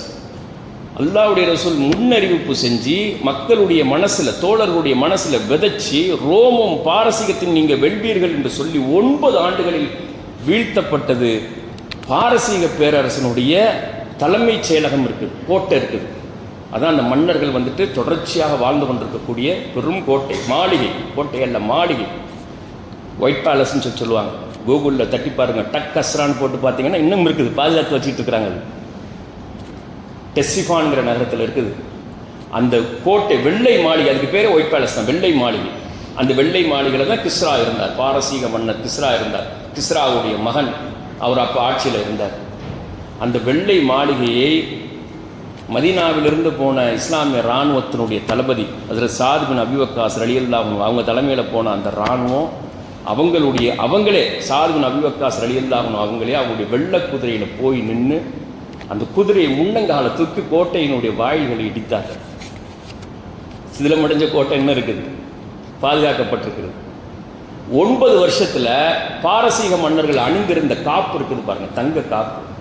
அந்த தங்க காப்பும் பாரசீக மன்னருடைய மாளிகையில் இருந்த வெள்ளை மாளிகை, இந்த பொருட்கள் எல்லாம் மதீனாவினுடைய வீதியில் கிடந்துச்சு. இதுதான் அவர் அப்படியே சிலாகிச்சு எழுதுறாரு ஜவஹர்லால் நேரு. விந்தையிலும் விந்தையாக இருக்கு. இது எப்படி சமகாலத்தில் 2 மாபெரும் பேரரசுகள் வீழ்த்தப்பட்டுச்சு. அடுத்து 100 வருஷம் 633 அல்லாஹ்வுடைய தூதர் வஃபாத்தானாங்க. 750 120 வருஷத்தில் உமையா பேரரசு முடிவுக்கு வரும்போது ஒரே கலிஃபா உலகத்தினுடைய 40 விழுக்காடு நிலத்துக்கு, 40% உலக நிலத்தில் ஒரே கலிஃபா. ஸ்பெயினிலிருந்து, சரியா, ஐபீரியன் பெனின்சுலான்னு சொல்கிறோம் பாருங்க, அட்லாண்டிக் பெருங்கடல், ஸ்பெயினிலிருந்து ஏறக்கு சிந்து பகுதி வரையிலும் அவ்வளவு பிரம்மாண்டமான நிலப்பரப்புக்கு ஒரே கலிஃபா. முஸ்லீம் சமூகத்துக்குள்ள 1000 பிரச்சனைகள், கருத்து வேறுபாடுகள், போர்கள் அதெல்லாம் நடந்திருந்தா கூட இவ்வளவு பிரம்மாண்டமான நிலத்தை ஆளுமை செய்யக்கூடிய ஆற்றல் மிக்கவர்களாக எப்படி மாறி போனாங்க? ஒட்டகம் வச்சுட்டு இருந்தவங்க, கழுதையில் வந்துட்டு பயணம் பண்ணிக்கிட்டு இருந்தவங்க, காடுகளிலும் மலைகளிலும் குகைகளிலும் வாழ்ந்து கொண்டிருந்தவர்கள் இவ்வளவு பிரம்மாண்டமான நிலத்தை கட்டி ஆள்றதா இருந்துச்சுன்னா, இவ்வளவு விசாலமான 40% நிலத்தை ஆள்றதா இருந்தால் அது எவ்வளவு அறிவாற்றல் தேவை, எவ்வளவு நுட்பங்கள் தேவை, எவ்வளவு தலைமைத்துவ வல்லுநர்கள் தேவை. இது எல்லாத்தையும் இந்த 100 வருஷத்தில் தயார் பண்ணாங்க பாருங்க. அடுத்து 300 வருஷம் உலகத்தினுடைய சிந்தனையாளர்களாக மாறிப்போனார்கள், அறிஞர்களாக மாறிப்போனார்கள். முஸ்லிம் சமூகம் தொடாத துறைகளே கிடையாது. உலகத்தின் தலை சிறந்த நகரங்களாக 2 நகரங்கள் மாறி போனுச்சு, பாக்தாதும் கார்டோபாவும். இதுதான் ஆச்சரியத்திலே ஆச்சரியம். எல்லா அறிவையும் புதுப்பிச்சாங்க. அறிவுன்னு சொல்லக்கூடிய என்னவெல்லாம் செக்டார் இருக்குதோ, அது வந்துட்டு கெமிஸ்ட்ரியாக இருக்கட்டும், வானியலாக இருக்கட்டும், ஸ்பேஸாக இருக்கட்டும், கடலியலாக இருக்கட்டும், எல்லாத்தையும் அவங்க வந்துட்டு புதுப்பிச்சு, மருத்துவமாக இருக்கட்டும் புதுப்பிச்சு உலக மக்களுக்கெல்லாம் கற்றுக் கொடுத்தாங்க. புதிய புதிய சட்டங்களை இயற்றினாங்க. லட்சக்கணக்கான மக்கள் ஒரே நேரத்தில் கலிமா சொல்லி இஸ்லாத்துக்குள்ளே வந்தாங்க. அவங்க ஒரு பகுதியிலிருந்து ஒரு மொழி பேசக்கூடிய மக்களாகவும் உள்ள வந்தாங்க, ஒரே நேரத்தில் வந்தாங்க. பாரசீக மன்னன் வீழ்த்தப்பட்டுட்டான்னா முடிஞ்சு போச்சு. என்டையர் பாரசீக பேரரசும் இஸ்லாத்துக்குள்ளே வந்துச்சு, அங்கே வாழ்ந்த மக்கள். அதில் கொஞ்சம் தப்பி பிழைச்சவங்க என்ன பண்ணிட்டாங்க, கிழக்கு நோக்கி உடியாந்தாங்க, பிழைக்கிறதுக்காக வந்தவங்க. அப்படி வந்தவங்க தான் இன்றைக்கி இருக்கிறாங்க பாருங்கள், பார்சின்னு சொல்கிறோம் பாருங்கள், டாட்டா இவங்கெல்லாம் இருக்கிறாங்க. இதெல்லாம் வந்து அந்த நேரத்தில் அவருடைய முன்னோர்கள் வந்தவங்க தான் இந்தியாவுக்கு வந்தாங்க. இந்தியாவில் வந்து கொஞ்சம் பேர் தங்கியிருக்கிறாங்க, அங்கங்கே பாகிஸ்தானில் அங்கங்கே கொஞ்சம் பேர் இருப்பாங்க. எல்லாம் அந்த நேரத்தில் வந்தவங்க ஃபுல்லாக. அப்போ ஒவ்வொரு மொழி பேசக்கூடிய மக்களுக்கும் சட்டம் சொல்லணும். சட்டம் சொல்கிறதுக்கு இஸ்லாமிய சட்டத்துக்குள்ள அவங்கள வாழ வைக்கணும். ஒவ்வொருக்கும் ஒவ்வொரு வகையான பிரச்சனை இருக்கும். ஒருத்தருக்கு பாகப்பிரிவினையில் பிரச்சனை, ஒருவருக்கு கல்யாணம் பண்ணுறதுல பிரச்சனை, ஒருத்தருக்கு விவாகரத்து பண்ணுறதுல பிரச்சனை, குழந்தை வளர்க்குறதுல பிரச்சனை, தொழுகையில் பிரச்சனை, எல்லாத்துக்கும் பதில் சொல்லக்கூடிய, சட்டம் சொல்லக்கூடிய சட்ட வல்லுநர்கள் உருவாக்கி எடுத்தாங்க. அவ்வளவு பிரம்மாண்டமான வேலை. இந்த 300 வருஷம் இருக்குது பாருங்கள், 10ஆம் நூற்றாண்டு 11ஆம் நூற்றாண்டு வரைக்கும் உலகத்தின் தலை சிறந்த அறிஞர்கள் பாக்தாதிலும் கார்டோபாலும் தான் இருந்தாங்க. அந்த நேரத்தில் வந்துட்டு இஸ்லாமிய பிரச்சாரத்துக்காக ஊர்களுக்கு, பல நாடுகளுக்கும் கிளம்பி போனாங்க. அப்படி வந்தவங்க தான் இன்றைக்கி இங்கே அடக்கம் செய்யப்பட்டிருக்கக்கூடிய இறைநேசர்கள் சொல்லக்கூடியவங்களாம் அந்த பீரியடில் வந்தவங்க தான். 10th century 11th century Rajaraja சோழனுடைய ஆட்சி காலத்தில், சோழர்களுடைய ஆட்சி காலத்தில் 10ஆம் நூற்றாண்டு 980 990 1000ஆவது ஆண்டு, இந்த ஆண்டுலையெல்லாம் வந்துட்டு இஸ்லாமிய பிரச்சாரத்துக்காக வந்து ஏர்வாடி இப்ராஹிம் ஷா அவங்க வந்தாங்க, திருச்சி நத்தர் ஷா இருக்கும் அவங்க வந்தாங்க. அவங்களுடைய இஸ்லாமிய பிரச்சாரத்தினால, அவங்களுடைய வைத்திய முறைகள்னால தான் ராஜராஜ சோழனுடைய சகோதரி குந்தவை நாச்சியார் இஸ்லாத்தை தழுவினர். இன்னும் சொல்லப்போனால் குந்தவை நாச்சியாரையும் ராஜராஜ சோழனை, அருண்மொழித்தேவன் சொல்லக்கூடிய இந்த ராஜராஜ சோழனையும் பாதுகாத்தது நத்தர் ஷா அவங்களுடைய சீடர்கள் தான். இப்படி அந்த நேரத்தில் எல்லா உலகத்தினுடைய எல்லா இடங்களுக்கும் சென்றாங்க. இஸ்லாமிய மார்க்க பிரச்சாரத்துக்காக சென்றவர்கள் மூலமாகத்தான் இந்தியாவில் இவ்வளவு முஸ்லீம்கள் வருவதற்கு, இஸ்லாத்தை தழுவுவதற்கு இன்றைக்கி இந்த அளவுக்கு பெருகி இருக்கிறதுக்கெல்லாம் காரணம் அந்த நேரத்தில் புலம்பெயர்ந்து வந்தவர்கள். அப்போ இதுதான் வந்துட்டு உலகத்தினுடைய இந்த 1400 வருஷத்தில் நடந்திருக்கக்கூடிய சம்பவங்கள். நமக்கு என்ன அடையாளமாக இருக்குது அப்படின்னு சொன்னால், பிரச்சனைகளை பேசி புண்ணியம் அல்ல, சொல்யூஷனை நோக்கி நகர்த்தணும், சொல்யூஷனை நோக்கி நகர்த்தணும். அதைத்தான் இஸ்லாமிய வரலாற்றிலிருந்து நம்ம பாடமாக படிச்சுக்கிறோம். 1000 ஆண்டுகள் இந்த உலகத்தினுடைய ஆட்சியாளர், கோல்டன் ஏஜ் ஆஃப் இஸ்லாம்னு சொல்லுவாங்க. அதுதான் நீங்கள் வந்துட்டு நெட்டில் உட்காந்து கோல்டன் ஏஜ் ஆஃப் இஸ்லாம்னு கூகுளில் போட்டிங்கன்னா அடுத்து உங்கள் ஒரு 50 வருஷத்துக்கு வாசிக்கிறதுக்கு உண்டான செய்தி இருக்குது. 1 வருஷம் 2 வருஷத்துக்கு இல்லை, அடுத்து 50 வருஷத்துக்கு இங்கே வாசிக்கலாம். காலையிலேருந்து நைட்டு வரைக்கும் இங்கே வாசிக்கலாம். அப்படியே வாசித்தாலும் 50 வருஷத்துக்கு வாசிக்கலாம். அவ்வளோ செய்தி இருக்குது. Golden age of Islam, Islamic civilization, இஸ்லாமிய நாகரிகம், அந்த தலைப்பில் நீங்கள் வாசித்தாலும் சரி. அப்போ இது எல்லாம் என்னென்னா இந்த 1400 வருஷத்தில் மகத்தான மக்களாக முஸ்லீம் சமூகம் நம்முடைய முன்னோர்கள் வாழ்ந்திருக்கிறார்கள். இந்த உலக நாகரிகத்திற்கு பங்களிப்பு செய்திருக்கிறார்கள். உலகத்தில் முதலாக பறக்கலாம் அப்படிங்கிற அந்த கான்செப்டை மனித குணம் மனிதன் பூமியிலிருந்து பறக்க முடியும் அப்படிங்கிற முயற்சி செஞ்சது யாரு? நீங்கள் இன்றைக்கி துபாய்க்கு போய் பாருங்கள். துபாயில் வந்துட்டு இப்னு பதூதா மால்னு ஒரு மால் இருக்குது, ஷாப்பிங் மால் இருக்குது. அதில் வந்துட்டு அவர் பறக்கிற மாதிரி ஒரு ஸ்டாச்சு வச்சுருப்பாங்க. இமாம் இப்னு ஃபர்னாஸ் அவர் தான் முதல்ல உலகத்தையே அந்த வானம் பூமியை கடந்து செல்லுங்கள்ங்கிறான். அதை ஓதுன மக்கள், தாய்மொழியில் புரிந்து கொண்ட மக்கள் வானம் பூமியை கடந்து செல்லுங்கள் நமக்குள்ள சொல்கிறான். அப்போ எப்படி மனிதன் இந்த காலை விட்டு பறக்கிறது எப்படி அப்படிங்கிற முயற்சி எடுத்தார். ஒரு மலையிலேருந்து ரெக்கைகளை கட்டிக்கிட்டு 2 ட்ரிப் வந்து காலை கையை ஓடிச்சுக்கிட்டார். அதுக்கப்புறம் 3வது ட்ரிப் வந்து பறக்கும்போது அப்படியே பறந்து வந்து லேண்ட் ஆகிறார். அதுக்கு பின்னால் முஸ்லீம் சமூகம் அதை வளர்த்தெடுத்திருக்கணும், அதை விட்டுட்டாங்க. அப்புறமா 15ஆம் நூற்றாண்டில் வந்துட்டு லியோனார்டோ டா வின்சி வர்றார். அவர் அதை மேம்படுத்துகிறார்.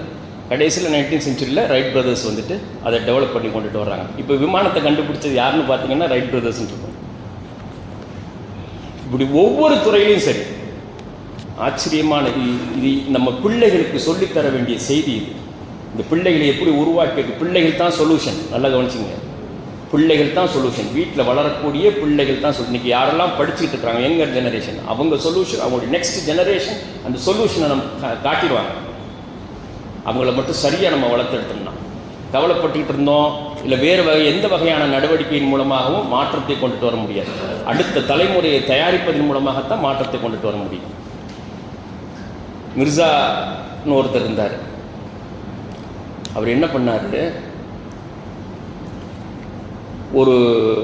இன்னைக்கு உஸ்பெகிஸ்தான் இருக்குது பாருங்கள், அந்த உஸ்பெகிஸ்தான் அதை மத்திய சென்ட்ரல் ஏஷியான்னு சொல்லுவாங்க. மேப்பில் பார்த்தீங்கன்னா சென்ட்ரல் ஏஷியாவில் உஸ்பெகிஸ்தான் ஒரு நாடு இருக்குது. அங்கேருந்து தான் சுல்தான்கள் வந்தாங்க. இந்தியாவினுடைய வரலாறு எடுத்து பார்த்தீங்கன்னா 650 வருஷம் முஸ்லீம்களுடைய ஆட்சி. அதில் முதல் 320 வருஷம் யார் ஆண்டா அப்படின்னு சொன்னால் டெல்லி சுல்தான்ட்டு நம்ம பாடத்தில் படிச்சிருப்போம். அந்த சுல்தான்கள்லாம் எங்கேருந்து வந்தாங்க அப்படின்னு பார்த்தீங்கன்னா அந்த மத்திய சென்ட்ரல் ஏஷியாலேருந்து வந்தவங்க, உஸ்பெகிஸ்தான்லேருந்து வந்தவங்க தான் அவங்க. அங்கே உஸ்பெகிஸ்தானில் ஒரு கிராம நிர்வாகத்துக்கு வந்து பேர் என்னன்னு பார்த்தீங்கன்னா, அதாவது கிராம நிர்வாகிக்கு பேர் வந்து முத்தவல்லின்னு பேர். இப்போ நம்ம வந்துட்டு பள்ளிவாசல் ஜமாத் முத்தவல்லின்னு சொல்கிறோம் பாருங்க. இந்த முத்தவல்லிங்கிற வார்த்தையெல்லாம் அவங்க கற்றுக் கொடுத்தது தான். அங்கேருந்து வந்து தான் ஒரு பள்ளியை நீங்கள் கட்டுங்க, அந்த பள்ளிக்கு ஒரு நிர்வாகத்தை அமைங்க, ஒரு மஹல்லாவை உருவாக்குங்க அப்படிங்கிறது எல்லாம் அவங்க கற்றுக் கொடுத்தது தான். அப்போ உஸ்பெகிஸ்தானில் மிர்சா உலுக் பேக்னு ஒருத்தர் இருந்தார். தைமூர் வம்சத்தை சேர்ந்தவர். சரியா? முஸ்லீம் இந்தியாவுடைய வரலாறு படித்த பாடப்புத்தகத்தில் உள்ள வரலாறு இல்லை, அது படித்தா இது என்னென்னே புரியாது. சரி, இது வரலாற்று நூல்கள்லேருந்து படிக்கணும். இந்தியாவினுடைய வரலாற்று நூல்கள் எழுதப்பட்ட ரோமிலா தாப்பர் எழுதினது, இர்ஃபான் ஹபீப்கள், இந்த மாதிரியான புத்தகங்கள்லேருந்து படித்தா தான் நான் சொல்லக்கூடிய செய்திலாம் தெரியும் ஃபுல்லாக. அதனால் ஹிஸ்ட்ரி நீங்கள் MA ஹிஸ்ட்ரி MPhil PhD பண்ணாலும் சரி இந்த வரலாறு தெரியாது, இந்த வரலாறு இருக்காது. அவர் என்ன பண்ணார் அப்படின்னு சொன்னால், வானியலில் ஒரு பெரிய ஆர்வமுடையவர். நல்லா கவனிங்க. ஃபஸ்ட்டு ஆரம்ப காலத்தில் முதலாக கட்டப்பட்ட பள்ளி மதீனாவில் இருக்கக்கூடிய பள்ளி, அந்த மஸ்ஜித் நபியில் இன்னொரு பச்சை கலரில் டோம் இருக்குது பாருங்கள், அதுதான் முதலாக கட்டப்பட்டது. உலகத்தில் முஸ்லீம்கள் எங்கே போனாங்களோ எல்லா இடத்துலையும் அந்த டோம் தான் கட்டுவாங்க. மினாரா கட்டுற வழக்கம் கிடையாது. இந்த மினாரா கட்டுற வழக்கம் எதுக்கு வந்துச்சு அப்படின்னு சொன்னால், நட்சத்திரங்களை ஆய்வு செய்வது, கோள்களை ஆய்வு செய்வது, வானத்தை ஆய்வு செய்வது, அதுக்காகத்தான் மினாரா கட்டப்பட்டுச்சு. பின்னால் அது பாங்கு சொல்கிறதுக்கும் அது பயன்படுத்தப்பட்டது. பாங்கு சொல்கிறதுக்கு, மஹல்லாவை கண்காணிக்கிறதுக்கு, அது வெளிச்சத்தை கொடுக்கறதுக்கு, இப்படி என்று பின்னால் தான் அது வந்து பல வகையான பயன்பாட்டுக்கு அது கொண்டு வரப்பட்டுச்சு. அப்போ மிர்சா என்ன பண்ணார், அவருடைய வாழ்நாளில் 999 நட்சத்திரங்களை கண்டறிந்து அந்த நட்சத்திரங்கள் எப்படி டிராவல் ஆகுது அப்படிங்கிறத பதிவு செஞ்சு 999 நட்சத்திரத்துக்கும் பெயர் சூட்டி இருக்கிறார் பாரு. ஜிஜி சுல்தான் ஒரு புத்தகம் இருக்குது. 1000 நட்சத்திரத்துக்கு பெயர் சூட்டி அந்த நட்சத்திரத்தினுடைய டிராவலை கண்காணிக்கிறதா இருந்துச்சுன்னா அவர் எத்தனை வருஷம் அண்ணாந்து பார்த்துட்டு உட்கார்ந்துருக்கணும். அந்த புத்தகம் வந்துட்டு உலகத்தினுடைய எல்லா மதரசாக்களுக்கும் போணுச்சு. தமிழ்நாட்டுக்கும் வந்துச்சு, இந்தியாவுக்கு வந்துச்சு, தமிழ்நாட்டுக்கு வந்துச்சு. அதிராம்பட்டினத்தில் 1920 வரைக்கும் அந்த புத்தகம் இருந்துச்சு. ஜிஜி சுல்தானின்னு அதுக்கு பேர். அந்த நட்சத்திரங்களுக்கு பெயர் சூட்டி ஒரு நட்சத்திரம் டிராவல் ஆகும்போதும் கடலில் என்ன மாற்றம் ஏற்படுது அப்படிங்கிறத ஆய்வு செஞ்சாங்க. இந்த இந்தியன் ஓஷன் இருக்கு பாருங்கள், இந்தியன் ஓஷன், அதாவது நன்னம்பிக்கை மணி சவுத் ஆஃப்ரிக்காவிலேருந்து ஆஸ்திரேலியா வரையிலுமா இருக்கக்கூடிய அந்த பிரம்மாண்டமான இந்தியன் ஓஷன், அதுக்கு மேலே இருக்கக்கூடிய அரபிக் ஓஷன், பாரசீக வளைகுடா, செங்கடல், ரெட்சி, இதெல்லாம் கனெக்ட் ஆகக்கூடிய அந்த இந்திய பெருங்கடல் இருக்கு பாருங்க. இந்த இந்திய பெருங்கடலில் கப்பல் எந்த நேரத்துக்கு போகணும், எந்த நேரத்துக்கு காற்றடிக்கும், சுழற்சி வரும், மழை பெய்யும், நீரோட்டம் எப்படி, இது எல்லாத்தையும் வகைப்படுத்தியிருந்தாங்க. இது எல்லாம் அந்த கடலை கண்ட்ரோல் பண்ணக்கூடிய ஆற்றலை எல்லாம் வந்து நட்சத்திரங்கள்கிட்ட கொடுத்துருக்குறான். இப்போ ஒன்றும் இல்லை, பட்டினப்பாக்கத்துலாம் இருப்பீங்க, இங்கே இந்த மீனவர்களில் ஒரு 65 வயசு நிரம்பிய 65க்கு மேலே இருக்கக்கூடிய வயசான மீனவர் யாராவது இருந்தாருன்னா அவர்கிட்ட நீங்கள் கேட்டு பாருங்கள், ஆழ்கடலுக்கு போனீங்க அப்படின்னா கரையை எப்படி கண்டுபிடிப்பீங்க? லைட் ஹவுஸு பிற்காலத்தில் வந்தது. லைட் ஹவுஸ் இருந்தால் கூட இன்னும் ஆழ்கடலுக்கு போகும்போது கரையை எப்படி கண்டுபிடிப்பீங்க அப்படின்னு கேட்டு பாருங்கள். நட்சத்திரங்களை வச்சு தான் கண்டுபிடிப்போம். எந்த நட்சத்திரம் எந்த பாதையில் போகுது, எது தெரியுதோ அதை வச்சு தான் நாங்கள் திசையை கண்டுபிடிப்போம் அப்படிங்கிறத சொல்லுவாங்க. கன்னியாகுமரி மாவட்டத்தில் அந்த புயல் அடிச்சிச்சு பாருங்க, அந்த புயலில் நிறைய உயிரிழப்புகள் நடந்துச்சு. அதில் தப்பி பிழைத்தவர்கள் எல்லாம் சொன்னது என்ன அப்படின்னா, நட்சத்திரங்களை பார்த்து தான். ஏன்னா அது ரொம்ப ஆழ்கடலுக்கு போவாங்க, டீப் சீக்கு, இந்தியன் ஓஷனில் டீப்பான இடத்துக்கு போவாங்க. போயிட்டு ரிட்டர்ன் வர முடியலை, கடல்லே சிக்கிக்கிட்டாங்க.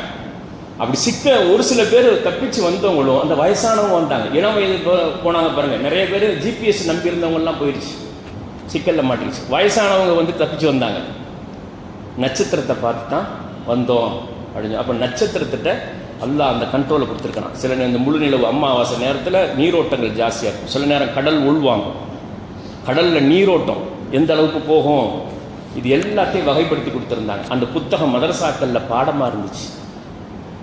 அந்த புத்தகத்தை படித்தவங்க தான் வானியல் ஆராய்ச்சி அதனுடைய டெவலப் பண்ணவங்க தான் அதிராம்பட்டினம் கடற்கரையில் இருந்து.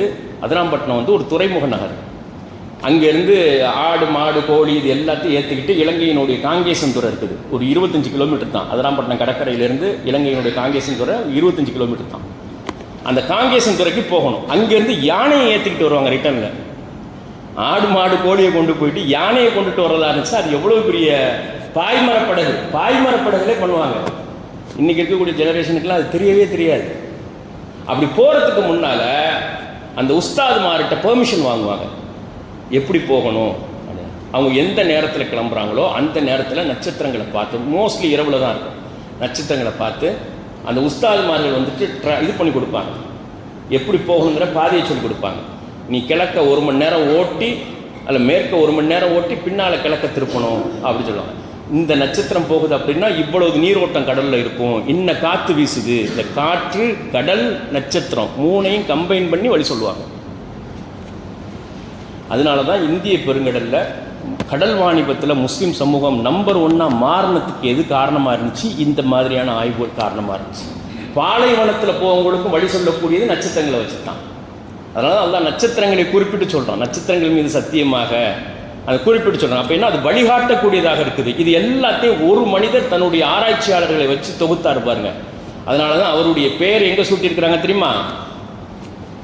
நிலவு இருக்குது பாருங்கள், சந்திரன் இருக்குது பாருங்கள், மூணில் இருக்க நிறைய பள்ளங்கள் இருக்குது, குழியாக இருக்கும்.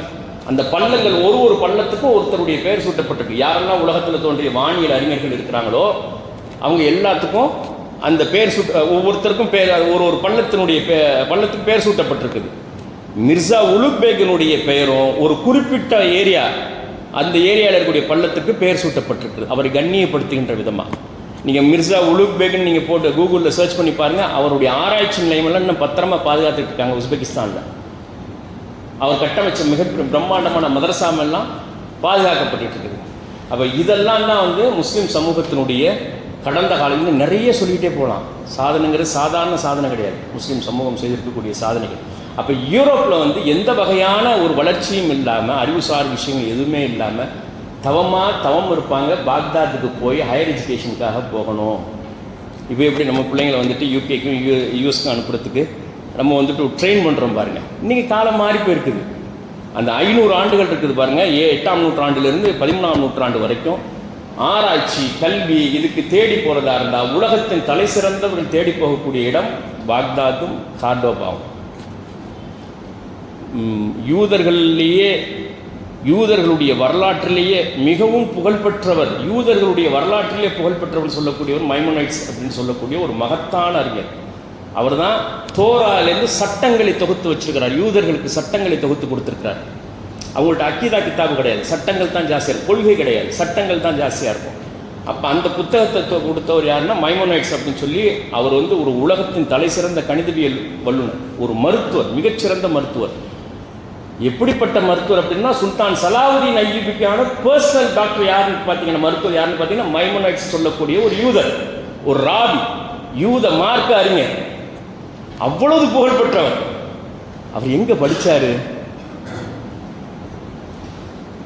ஜாமியா அல்காரம் என்று சொல்லக்கூடிய 2 முஸ்லிம் பெண் பிள்ளைகள் உருவாக்கிய ஒரு பல்கலைக்கழகத்தில் படித்தவர். இன்னைக்கு இருக்குது. மொரோக்கோக்கு போனீங்கன்னா கின்னஸ் புத்தகத்தில் அந்த பல்கலைக்கழகத்தில் பற்றின பேர் இருக்குது. தி ஓல்டஸ்ட் அகாடமிக் கிராண்டிங் இன்ஸ்டிடியூஷன், உலகத்தின் பழமையான பட்டம் வழங்கும் பல்கலைக்கழகம் ஜாமியா அல்காரவன். 2 பொம்பளை பிள்ளைங்க உருவாக்கணும், ஃபாத்திமா அல் ஃபிக்ரி, மரியம் அல் ஃபிக்ரின்னு சொல்லக்கூடிய, குறிப்பாக ஃபாத்திமா அந்த பிள்ளை உருவாக்கின எப்போ 850 உருவாக்கின அந்த பல்கலைக்கழகத்தில் தான் படித்து முடித்தவங்களுக்கு சர்டிஃபிகேட் கொடுக்கணுங்கிற கான்செப்டை உலகத்துக்கே காட்டி தந்தது. சன்னது கொடுக்குறாங்க பாருங்க, டிகிரி கொடுக்கணும் அப்படிங்கிற கான்செப்டை உலகத்துக்கே காட்டி தந்தது. யூரோப்பில் ஒரு இன்ஸ்டிடியூஷன் கூட கிடையாது அந்த நேரத்தில். 400 வருஷம் கழிச்சு தான் ஆக்ஸ்போர்டு, கேம்பிரிட்ஜ்லாம் உருவாக்கப்படுது. அரபு உலகம் முழுவதும் பல்கலைக்கழகம், நூற்றுக்கணக்கான பல்கலைக்கழகம் உருவாக்கப்பட்டு லட்சக்கணக்கான அறிஞர்கள் உருவாகி வந்ததை பார்த்ததுக்கு பிறகுதான் அதை நம்மளும் படிக்கணுங்கிற சிந்தனையே யூரோப்பில் இருக்கும். அமெரிக்கா கிடையாது, அமெரிக்காவில் மக்கள் வாழ்ந்தாங்க, ஐரோப்பியர்கள் போகல. அப்போ ஒரு பல்கலைக்கழகம் கூட கிடையாது. அப்படி இருந்த காலத்தில் தான் முஸ்லீம் சமூகம் உலகத்தினுடைய தலை சிறந்த வல்லுநர்களாக வாழ்ந்திருக்கிறாங்க. சரி, இப்படி இருந்த சமூகம் எதனால இன்னைக்கு இவ்வளவு சிக்கலை சந்திச்சுக்கிட்டு இருக்கிறோம்? உலகம் முழுவதும் சிக்கலாக இருந்துகிட்டே இருக்குது. முஸ்லீம் நிலப்பரப்புகள், முஸ்லீம் நாடுகளில் வளர்ச்சி இல்லை, சயின்ஸ் அண்ட் டெக்னாலஜியில் பின்தங்கி இருக்கிறாங்க. பொருளாதாரம் இருக்குது, ஆனால் அறிவாற்றல் இல்லை. தொழில்நுட்ப வளர்ச்சி இல்லாமல் இருந்துக்கிட்டு இருக்குது. ஏன் அப்படின்னு பார்த்தீங்கன்னா, ஆட்சிகள் மாறினதும் வீழ்ச்சிகள் நடந்ததும். 1658 மங்கோலியர்கள் படையெடுத்து வந்து பாக்தாதை அழித்தது. அதே மாதிரி 1495 ஸ்பெயின் பறிபோனது, முஸ்லீம்கள் கையிலிருந்து பறிபோனது. இதெல்லாம் தான். அதே மாதிரி இந்தியாவில் இருந்த முகலாய பேரரசு 1857 முடித்து வைக்கப்பட்டது. இன்னையிலேருந்து ஒரு 150 வருஷத்துக்கு முன்னால் அதிகாரம் பறி போயிடுச்சு. அதனால முஸ்லீம் சமூகத்தினுடைய அறிவாற்றலிலும் சிக்கல் ஏற்பட்டுச்சு. அதிகாரம் இருக்கிற வரைக்கும் முஸ்லீம் சமூகத்தினுடைய அந்த வளர்ச்சி இருந்துச்சு. அது போனதுனால இன்றைக்கி நம்ம பின்தங்கி போயிருக்கோம். சரி, இன்றைக்கி பின்தங்கினதுனால சிக்கல் ஏற்பட்டிருக்கு. இப்போ இந்த சிக்கல் வந்துட்டு இனி குறையுமானா குறையாது, அது பெருகத்தான் செய்யும். அப்போ என்ன பண்ணுறது? இந்த சிக்கலை எதிர்கொள்ளக்கூடிய ஆற்றல் பொருந்தியவர்களாக நம்ம பிள்ளைகளே உருவாக்கி எடுக்கணும். நமக்கு அக்கறை இருக்குது, கவலை இருக்குது. ஆனால் இதுக்கு மேலே 45-50 வயசில் இன்றைக்கி இருக்கிறவங்க, 60 வயசில் போய் இருக்கிறவங்கலாம் வந்துட்டு பெரிய ரிசர்ச் ஸ்காலராக மாறுறதுங்கிறது சாதாரண விஷயம் இல்லை. அதனால் வீட்டில் வளரக்கூடிய பிள்ளைகளுக்கு சரியான இலக்கு, உயர்வான இலக்கை நிர்ணயிக்கின்ற போது அது ஒரு 20-25 ஆண்டுகளில் பெரிய மாற்றம் வரும். யார் தன் வீட்டில் வளரக்கூடிய பிள்ளைகளிடம் கவனம் செலுத்தலையோ, அவர்களிடம் சரியான இலக்கை விதைக்கலையோ, அவர்களுக்கு வழிகாட்டலையோ, பயிற்சி அளிக்கலையோ, அந்த குடும்பத்தினுடைய நிலை மாறாது. இருக்க பின்னடைவை நோக்கியே போகும். பொருளாதார சிக்கல் ஏற்படும், பிளவுகள் ஏற்படும், கருத்து வேறுபாடுகள் ஏற்படும். எல்லாம் ஏன்? இலக்கே இல்லை. இலக்கில்லாத மனிதனுடைய வாழ்க்கையை நீங்கள் பாருங்கள். காலையில் எந்திரிக்கிறதே சரியான நேரத்துக்கு எந்திரிக்க மாட்டான். ஏன்? எந்த தேவையும் இல்லை. அவன் என்ன செய்யணுங்கிற இலக்கே அவருக்கு இல்லை. அப்போ இலக்கு, அறிவை விட கல்வியை விட இலக்கு முக்கியம். இலக்கு தான் உந்தி தள்ளிக்கிட்டு இருக்கும். எங்கே போகணுங்கிறத டிசைட் பண்ணிட்டோம் அப்படின்னு சொன்னால் அதை நோக்கியே நம்ம சிந்திக்க ஆரம்பிச்சிடும். அடுத்த மாதம் ஒரு பெருநாளைக்கு ஊருக்கு போகணும் அப்படின்னு சொன்னால் அந்த ஏற்பாடுகள் எல்லாம் அதுக்கு தயாராகும் பாருங்கள். ஏன்? பெருநாளைக்கு ஊருக்கு போகணும் அப்படிங்கிற இலக்கு இருக்குது. இங்கேருந்து கன்னியாகுமரிக்கு போகணும் அப்படின்னா அதுக்கு என்ன தேவையோ எல்லா வேலைகளையும் செய்வோம். ஒன்றுமே இல்லை அப்படின்னு சொன்னால் எந்த வேலையும் செய்யும். எந்த நேரத்துக்கு எந்திரிக்கிறது, எந்த நேரத்துக்கு தூங்குறது, என்ன செய்கிறது, இந்த காசை எதுக்கு பயன்படுத்தணும், எதுவுமே இல்லாமல் போயிடும். அதனால் பிள்ளைகளுக்கு கல்வியை ஸ்கூல் கொடுக்கும், பாடத்தை சொல்லிக் கொடுக்கும். இலக்கை தாயும் தந்தையும் தான் குறிப்பாக தந்தை தான் இலக்கை நிர்ணயித்து கொடுக்கணும்.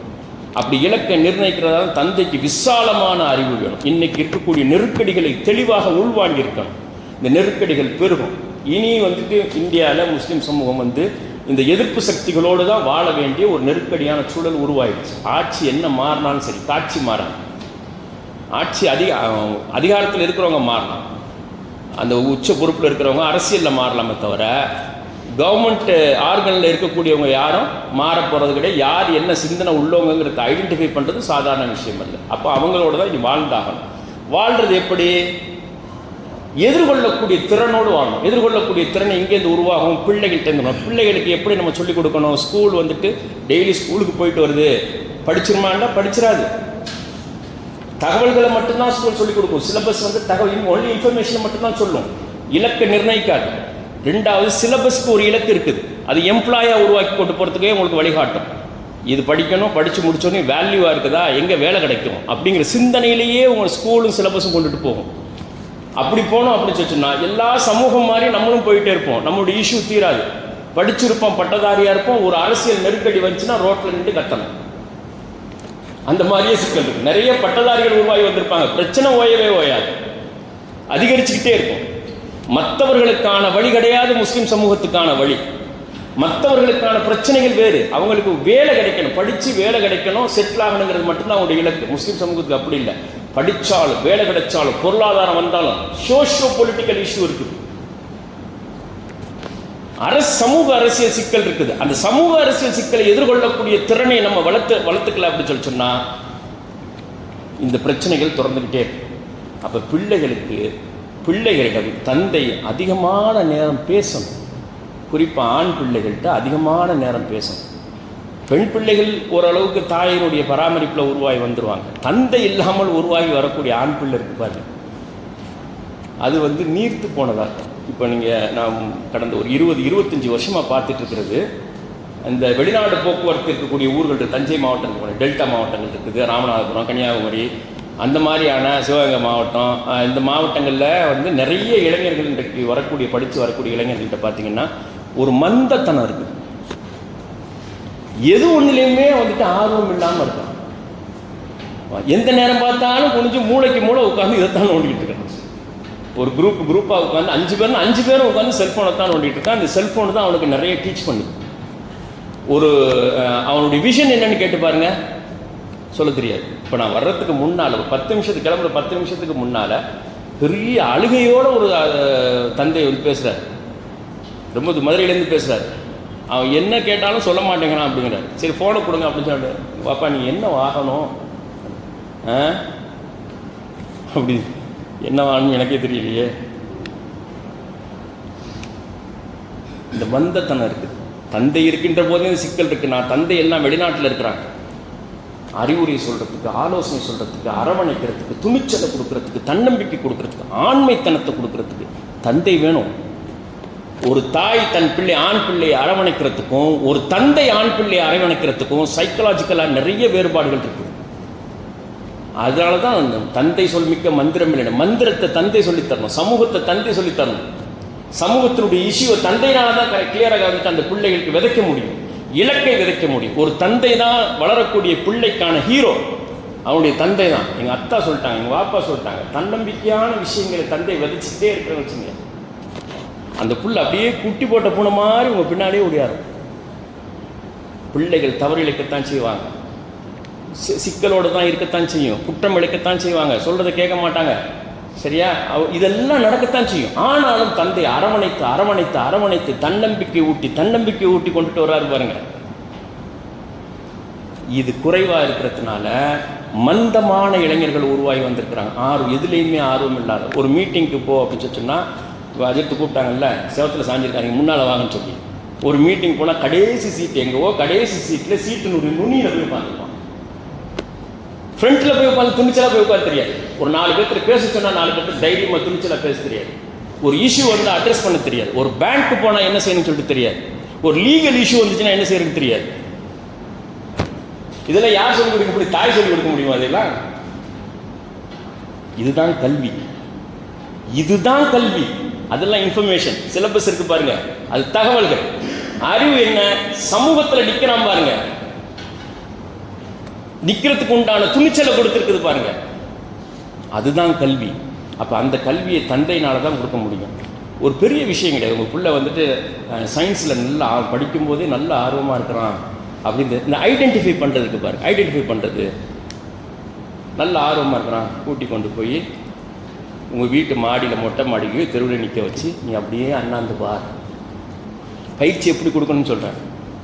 தந்தை இல்லை அப்படின்னு சொல்லிட்டு நீங்கள் தனியாக செய்யுங்க. நிறைய இளைஞர்கள் மாணவர்கள் இருக்கிறீங்க, ஒன்றும் பிரச்சனை இல்லை. யாரும் வழிகாட்டலையா, நம்ம தனியாக உருவாகி வருவோம். வானத்தப்பா தந்தையும் தாயும் சொல்ல வேண்டிய விஷயம்.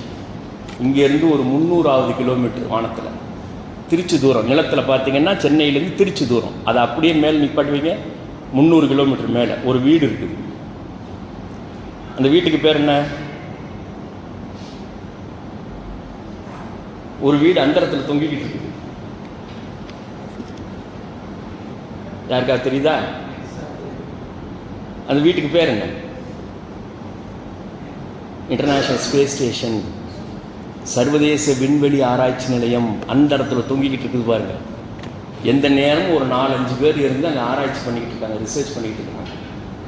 கோள்களுடைய புழக்கம் என்ன, செவ்வாய் கிரகத்தினை எப்படி நெருங்கிறது, சந்திரனுக்கு எப்படி பயணப்படுறது, பால்வெளி எப்படி விரிஞ்சுக்கிட்டே போகுது, கதிர்கள் என்னென்ன கதிர்கள் வருது, இது எல்லாத்தையும் ஆராய்ச்சி பண்ணிக்கிட்டே இருக்கிறதுக்கு அங்கே ஒரு வீட்டை கட்டி, தட் இஸ் ஒரு ஸ்டேஷனை கட்டி அங்கே வந்து எந்த நேரம் இருந்துருக்காங்க. இப்போ வந்து அபுதாபியிலேருந்து ஒருத்தர் போனார் தெரியுமா, ஒரு அரபி போனார், 3 மாதம் தங்கியிருந்தார் அபுதாபிக்கார். அவர் பேர் தெரியுதா? இது சிலபஸில் இருக்காது. சிலபஸ் மட்டும் படிக்கிறதுனால, ஏன்னா சிலபஸ் இந்த அளவுக்குலாம் அப்டேட் ஆகலை. இது வந்துட்டு நீங்கள் நியூஸ் பேப்பரில் படிக்கணும், நியூஸ் சேனல்ஸ் வாட்ச் பண்ணணும், அதெல்லாம் தான் நாலேஜ். அது எல்லாம் சிலபஸை வந்துட்டு எக்ஸலன்ஸ் கொடுக்கறதுக்கு உங்களுக்கு உதவி செய்யும். இந்த பொது அறிவு இருக்குது பாருங்கள், நியூஸ் சேனல்ஸ் பார்க்குறது, இதெல்லாம் தான் உங்களை ஆற்றல் படுத்தும். சுல்தான் அல் நையாதி அப்படின்ட்டு ஒரு அரபி என்ன பண்ணார், 3 மாதத்துக்கு முன்னால், இவ்வளோ போன வருஷம் 3 மாதம் தங்கியிருக்கிறதுக்காக ஸ்பேஸுக்கு போனார்.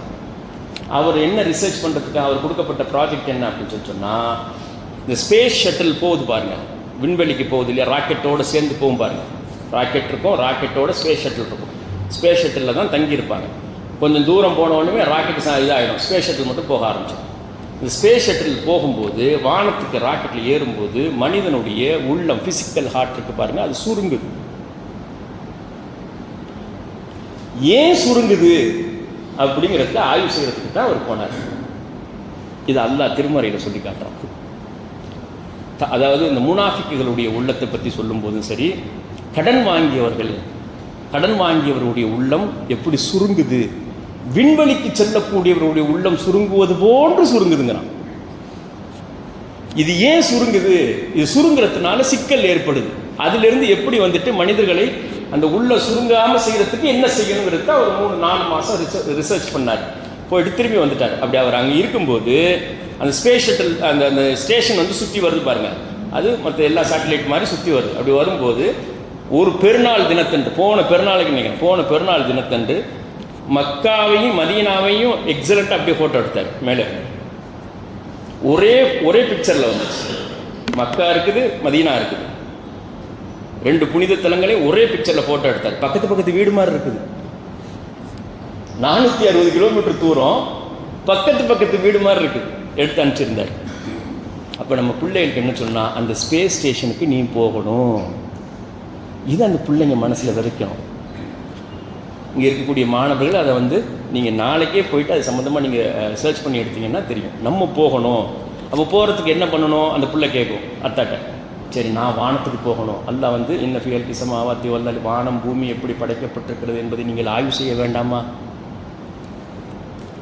அதிலிருந்து எடுத்துக்கிட்டு ஆய்வு செஞ்சதுனால தான் வானியல் விஞ்ஞானிகள் உருவாகி வந்தாங்க. உலகத்தையே ஆய்வு செய்ய நட்சத்திரங்களை அல்லாஹ் திருமறையில் சொல்றதை வந்துட்டு ஆய்வு செஞ்சாங்க, ஆய்வுக்கு உட்படுத்தினாங்க. அறிவையும் ஆராய்ச்சியையும் திருமறையிலேருந்து எடுத்துக்கிட்டாங்க. அதனால உலகத்தினுடைய ஆட்சியாளர்களாக மாறி போனாங்க. நம்ம சிலபஸ்லேருந்து எடுத்தோம்னா சிக்கல்.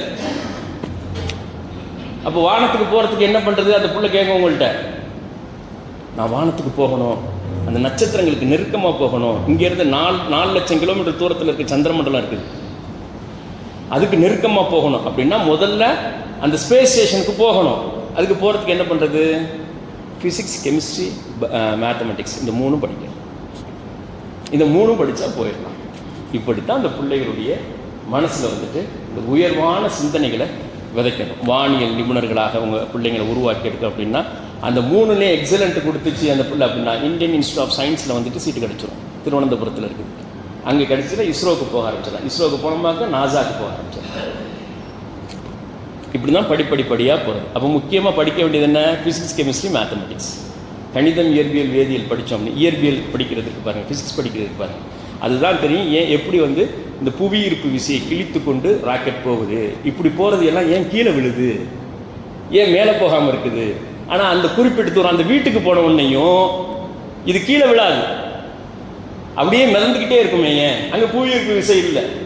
அப்போ ஃபிசிக்ஸ் படித்தா தான் அது போக முடியும். அது போகிறதுக்கு உண்டான தயாரிப்புகளை வந்து உருவாக்கி எடுக்க முடியும். கணக்கீடு செய்யணும். பால்வெளியில் இருக்கிற எவ்வளவு கிலோமீட்டர் தூரம் இருக்கும், எம்டி ஸ்பேஸை கணக்கீடு செய்கிறதுக்கு என்ன கணித முறையோ அந்த கணித முறையை படிச்சுக்கணும். எம்டி ஸ்பேஸ் இருப்பாங்க, அதை வந்து கணக்கீடு செய்கிறது.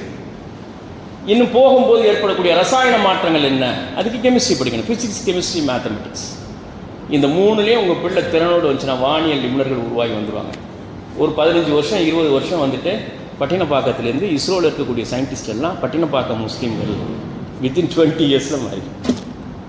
இதுதான் மாற்றம், இதுதான் வளர்ச்சி. 20 இயர்ஸில் இன்றைக்கி யாரெல்லாம் வந்துட்டு ஒரு 10 வயசில் இருக்கிறாங்களோ, ஒரு 15 வருஷம் 25 வயசில் அவன் வந்துட்டு ஸ்கூல் காலேஜுக்கு ரிசர்ச் சயின்டிஸ்டாக இருப்பான், ஸ்பேஸ் ரிசர்ச்சில் இருப்பான். 25 26 வயசில் கல்யாணம் பண்ணுற வயசில் சயின்டிஸ்ட் ஆகிடும். எங்கே விதைச்சது? பட்டினப்பாக்கம் பள்ளிவாசலில் சிஎம்என் சலீம் பேசினார், அதுலேருந்து நான் பிடிச்சி வந்தேன். 15 வருஷம் பிடிச்சி வந்திருக்கிறான் பாருங்க. 15 வருஷமும் தந்தை அவருக்கு ட்ரெயின் பண்ணியிருக்கிறாரு பாருங்க. எப்படின்னா பட்டினப்பாக்கத்திலேருந்து மட்டும் இவ்வளோ பேர் வந்திருக்கிறாங்க அப்படிங்கிற ஆராய்ச்சி ஒரு ஆச்சரியத்தை கொடுக்கும். அது ஃபுல்லாக இப்படித்தான் மாற்றம். ஒரு சமூகம் எப்படி எழுச்சி பெறணும் அப்படின்னு சொன்னால் உலகின் உயர்வான சிந்தனைகளை விதைக்கணும். டாப் மோஸ்ட் போஸ்ட் இப்போ இந்த போயிட்டு ஒரு 10,000 சம்பளத்துக்கு இந்த ஒரு 15,000 இதெல்லாம் நம்ம பார்க்குற வேலை இல்லை. அத்தாக்குன்னு தெரியல சொல்லிக் கொடுக்க. பசங்க என்ன அவன் செட்டு பசங்க என்ன சொல்கிறாங்களோ அதை சேர்ந்துக்கிட்டே போய் ஒரு லேப் டெக்னீஷியனுக்கு போகிறேன், பேராமெடிக்கல் கோர்ஸ், அதெல்லாம் நம்ம செய்கிற வேலையா? நம்ம செய்கிற வேலையை எல்லாம் திருமறையில் சொல்லி காட்டுறான். எப்படி செடி எப்படி முளைச்சி வருதுன்னு நீ ஆய்வு செய்ய வேண்டாமா? செத்து வறண்டு செத்து போன நிலத்தை எப்படி நம்ம உயிர்ப்பிக்கிறோம்.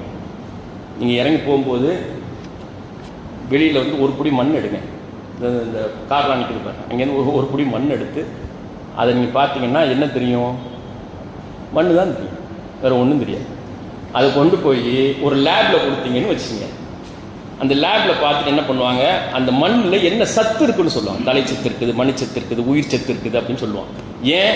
அந்த மிஷினரி அந்த சத்தை கண்டுபிடிக்கிறதுக்கு மாத்திரம்தான் அது இருக்குது, அதுக்கு வேற ஒன்றும் தெரியாது, அந்த மிஷினுக்கு தெரியாது.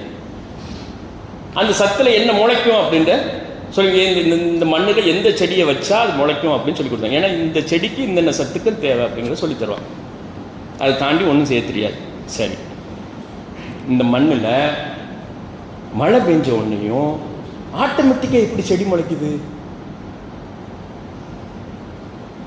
எப்படி முளைக்குது? சமீபத்தில் கூட உங்களுக்கு ஃபோட்டோஸ் எல்லாம் நீங்கள் பார்த்துருப்பீங்க. மக்காவை சுற்றி இருக்கக்கூடிய மலைகள்லாம் க்ரீனிஷாக மாறிச்சு. தொடர் மழையின் காரணமாக மழை பெஞ்சதுனால அது வந்துட்டு பசுமை நிறமாக மாறி ஆச்சரியத்தை கொடுத்துச்சு. அவ்வளவு வறண்டு போன நிலத்தில் எப்படி மழை பெஞ்ச உடனே டக்கு டக்கு டக்கு டக்கு டக்குன்னு செடியாக முளைக்குது? எப்படி முளைக்குது? ஆட்டோமேட்டிக்காக முளைக்குது. எப்படி முளைக்குது? அப்போ அது உள்ளுக்கு என்ன விதை இருக்குது? அந்த விதையை எப்படி கண்டுபிடிக்கிறது? யாருக்கும் தெரியாது. இந்த உலகத்தில் இன்னைக்கு இருக்கக்கூடிய எந்த மிஷினை கொண்டு வந்தாலும் மண்ணுக்குள்ளே என்ன விதை ஒளிஞ்சிருக்குங்கிறத கண்டுபிடிக்க முடியாது. சத்துக்களை மட்டும்தான் தெரிய முடியும்.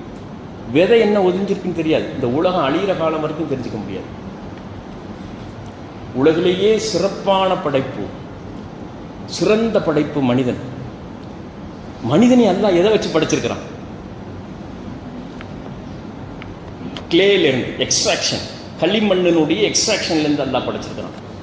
மண்ணிலிருந்து மனிதனை படைச்சிருக்கான்னா உலகத்தின் தலை சிறந்த அற்புதமான ரசிச்சு ருசிச்சு அல்லாஹ் படைச்சது மனிதனை. அதையே அல்லாஹ் மண்ணிலிருந்து படைச்சிருக்கான்னா அப்போ அந்த மண் எவ்வளவு மகத்துவமானதாக இருக்கும், எவ்வளவு ரகசியத்தை உள்வாங்கி இருக்கும். இந்த ரகசியத்தை யார் தெரிஞ்சுக்கிறது? யாருக்கு கடமை?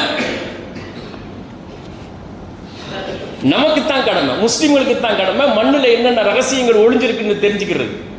மழை பெஞ்ச உடனேயும் புல்லு முளைக்குது, சில இடங்களில் உயிர் காக்கக்கூடிய மூலிகைகள் முளைக்குது. எந்த லேப்ல கொண்டு போய் வச்சாலும் உங்களால் கண்டுபிடிக்க முடியாது. நீங்க போற போக்கில் அப்படியே முளைச்சிருக்கும் பாருங்க.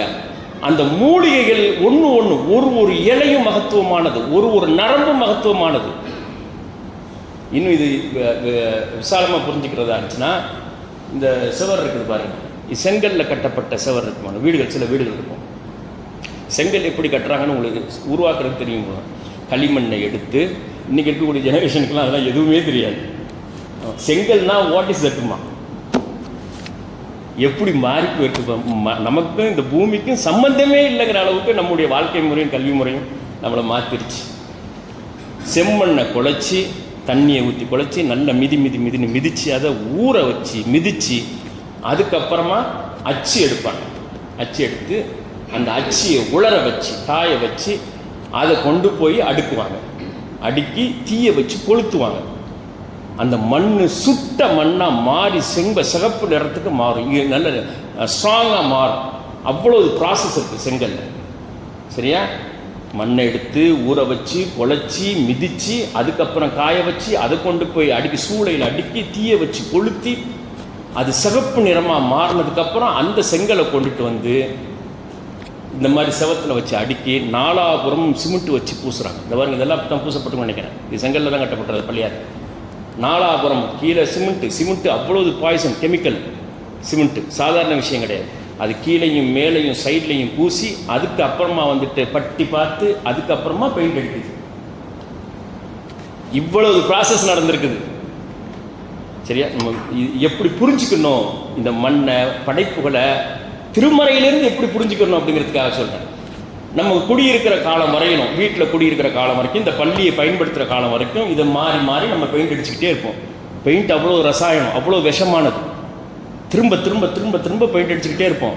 50 வருஷம் குடியிருக்கிறோம், பெயிண்ட் அடிச்சுக்கிட்டே இருப்போம். 100 வருஷம் குடியிருக்கிறோம், அடுத்தடுத்த தலைமுறை பெயிண்ட் அடிச்சுக்கிட்டே இருக்கும். 150 வருஷம், 200 வருஷம். ஒரு கட்டத்தில் மனிதர்கள் இல்லை அப்படிங்கிற ஒரு சூழல் வருது வீட்டில். எந்த வீட்டுக்கும் அந்த நிலை வரும். இந்த பாலடைஞ்ச வீடு இருக்கு பாருங்க, மனிதர்கள் இல்லைன்றோன்னையும் அந்த செங்கல் பொறுத்து பார்க்கும். மனித சத்தம் கேட்கலை, ப்ராசஸும் நடக்கலை அப்படின்னோன்னையும் அந்த செங்கல் என்ன ஆகுது? விரிசல் விடுது. அப்படியே விரிசல் விடும். விரிசல் விட்டோன்னு என்ன வருது? அதுலேருந்து செடி முளைச்சி வரும். எப்படி முளைக்குது? அது என்ன செடி முளைக்குது? அரச மரம் முளைக்குது. அவ்வளவு பிரம்மாண்டமா வளரக்கூடிய அரச மரம், அந்த விதை எத்தனை வருஷமா அது உள்ள ஒளிஞ்சிருக்குது, எவ்வளவு ப்ராசஸ் பண்ணப்பட்டிருக்குது. அல்லாஹ் எப்ப நாடுறானோ அந்த நேரத்தில் விரிசல் விடும், முளைச்சி வரும். பெரும் பெரும் கோட்டைகள்லாம் நீங்க பார்க்கலாம். நீங்கள் இப்போ நாளைய காலையில் நீங்கள் போகிற வழியில் எங்கெல்லாம் பழைய கோட்டை இருக்குதோ, பழைய காலத்து வீடு இருக்குதோ, அங்கே பார்த்தீங்கன்னா செவத்தில் செடி முளைச்சி வந்திருக்கும் பாருங்க அப்படின்னு அந்தரத்தில் இருக்கும். நீங்கள் மண்ணடியில் ஒரு ஃபோட்டோ எடுத்து வச்சுருக்கிறேன். 3வது ஃப்ளோர் கட்டடம், 3வது ஃப்ளோரில் டெரஸில் இருக்குது. அங்கே அரச மரம் முளைச்சி வருது. அன்றைக்கி தான் ஃபோட்டோ எடுத்தேன். எப்படி இது சாத்தியப்படுது? பறவை கொண்டு வந்து போட்டாலும் போடாத, அரச மரம் வரையா பார்த்து கொண்டு வந்து போடுமா பறவை? மண்ணுக்கு இருக்கக்கூடிய மகத்துவம், உயிர். அல்லாஹ் செத்து வறண்டு செத்த நிலத்தை எப்படி உயிர்ப்பிக்கிறோங்கிறது நீங்கள் ஆராய்ச்சி செய்ய வேணாமா? இதுதான் பிள்ளைகிட்ட சொல்லித்தரணும். மண்ணை எப்படி ஆராய்ச்சி செய்யணும். ஏன் மண்ணுக்கு நமக்கு தொடர்பு இல்லாமல் இருந்துட்டோம். இங்கே யாருக்கு எத்தனை பேர்த்துக்கு விவசாய நிலம் இருக்குது சொல்லுங்க? விவசாய நிலம் இதுதான் நம்ம நிலைமை. எப்படி 90களில் எப்படி இருந்த சமூகத்தினுடைய நிலைமைக்கு எப்படி போயிடுச்சுப்பார். இந்த 30-40 வருஷமா தமிழ்நாட்டில் வேறு எந்த சமூகமும் தன்னுடைய நிலத்தை விற்றதா சரித்திரம் கிடையாது. முஸ்லீம் சமூகம் தான் முதன்மையான சமூகம். வச்சிருந்த எல்லா நிலத்தையும் விற்று தொலைச்சிருச்சு. சிலர் தொழிலில் போட்டாங்க, சிலர் விற்றுட்டு வெளிநாட்டுக்கு போய் கூலி வேலை செஞ்சுட்டு இருக்காங்க. டெல்டா பகுதியில் நிலச்சுவாண்டார்கள் அப்படின்றாவே அது முஸ்லீம்கள் தான். ஒவ்வொரு ஊர்லேயும் அந்த மாதிரி இருக்கிறத நீங்கள் பார்த்துக்கலாம். 90s வரைக்கும் அந்த நிலம் இருந்துச்சு. இன்னைக்கு இருக்கக்கூடிய யங்கர் ஜெனரேஷனுக்கு விவசாய நிலம்னா என்னன்னு தெரியாது, விவசாயம்னாலும் என்னன்னு தெரியாது. அரிசி வாங்கி சாப்பிட்டுக்கிறோம், தட்ஸ் ஆல், ஓடுறோம். மண்ணுக்கு நமக்கு தொடர்பு இல்லாமலே நம்ம உருவாகி வந்திருக்கிறோம். அப்போ பிள்ளைகளிடம் உயர்வான சிந்தனைகளை விதைக்கிறது எப்படி அப்படின்னு சொன்னால், குரானிலிருந்து எப்படி இந்த படைப்புகளை பார்ப்பது அப்படிங்கிறத நீங்கள் விதைக்கணும். அப்படி விதைச்சோம் அப்படின்னா 10 வருஷம் 15 வருஷத்தில் மிகச்சிறந்த சாயில் சயின்ஸில் PhD முடித்த ஸ்காலர்ஸ் உருவாகி வந்துடுவாங்க. மண்ணியல் விஞ்ஞானிகள் உருவாகி வருவாங்க. அவன் மகத்தான மாற்றத்தை ஏற்படுத்துவான். கவர்மெண்ட் அவனை தவிர்க்கவே முடியாது, முஸ்லீம் சமூகத்தை தவிர்க்கவே முடியாமல் போயிடும். இன்னைக்கு அப்படி இல்லை. என்ன தேவை இருக்குது முஸ்லீம் சமூகத்திட்ட? அவங்களுக்கு பொலிட்டிக்கலாக சோஷியலாக நெருக்கடி தான் இருக்குது அப்படிங்கிறது தான் இன்னைக்கு ஆட்சியாளர்களுடைய கவனமாக இருக்குது. முஸ்லீம் சமூகம் பொலிட்டிக்கலி சோஷியலி அவங்க எப்போ பார்த்தாலும் இஷ்யூ அப்படிங்கிறது எல்லார் மனசுலையும் பதிய வச்சுட்டாங்க. ஏன்? முஸ்லீம் சமூகத்தினுடைய கான்ட்ரிபியூஷன் என்ன? ஒரு ஒரு ஒரு ஒரு 500 பேர் ஐஏஎஸ் ஆஃபீஸராக இருக்கிறாங்க, ஒரு 500 பேர் ஐபிஎஸ்ஸாக இருக்கிறாங்க, ஜட்ஜஸாக இருக்கிறாங்க, வேரியஸ் ஃபீல்டில் சயின்டிஸ்டாக இருக்கிறாங்க. எங்கே ஒருத்தர் சொல்லுங்க? இல்லை. இந்த நாட்டுக்கு, இந்த நாட்டினுடைய வளர்ச்சிக்கு நம்முடைய நாலேஜ் கான்ட்ரிபியூஷன் வேணும். இன்னைக்கு நாலேஜ் எக்கானமியை மாறி போயிருக்கு, அறிவுசார் பொருளாதாரமாக மாறி போயிருக்கு. சரியா? வணிகம் செய்யக்கூடியதெல்லாம் அவங்க கேர் பண்ணுறது அதெல்லாம் 90s வரைக்கும் முடிஞ்சு போச்சு. இந்த ஒரு பொருளை வாங்கி 500 ரூபாய்க்கு வாங்கி 550 ரூபாய்க்கு விற்றுட்டு 50 ரூபா லாபத்தை எடுத்துக்கக்கூடிய தொழிலெல்லாம் 90களோடு முடிஞ்சு போச்சு. இப்போ மேனுஃபேக்சரிங் பிராண்ட் எக்ஸ்போர்ட் இவங்களைத்தான் கவர்மெண்ட் தூக்கி கொண்டாடுது. அதனால தான் இந்த மல்டிநேஷ்னல் கம்பெனிஸ் எவ்வளவு லோடு கேட்டாலும் அள்ளி கொடுக்குறான் பாருங்க, அதை தள்ளுபடி செய்கிறான் பாருங்க. இதெல்லாம் நடக்கிறதுக்கு காரணம் என்ன அப்படின்னு சொன்னால், ஃபாரின் ரெமிட்டன்ஸை கொண்டுட்டு வர்றாங்க. யார் மேனுஃபேக்சரிங் செக்டாரில் இருக்கிறாங்களோ, யார் பிராண்ட் எஸ்டாப்ளிஷ் பண்ணுறாங்களோ, எக்ஸ்போர்ட் பண்ணுறாங்களோ, அந்நிய செலாவணியை கொண்டுட்டு வர்றாங்க, ஃபாரின் ரெமிட்டன்ஸை கொண்டுட்டு வர்றாங்க.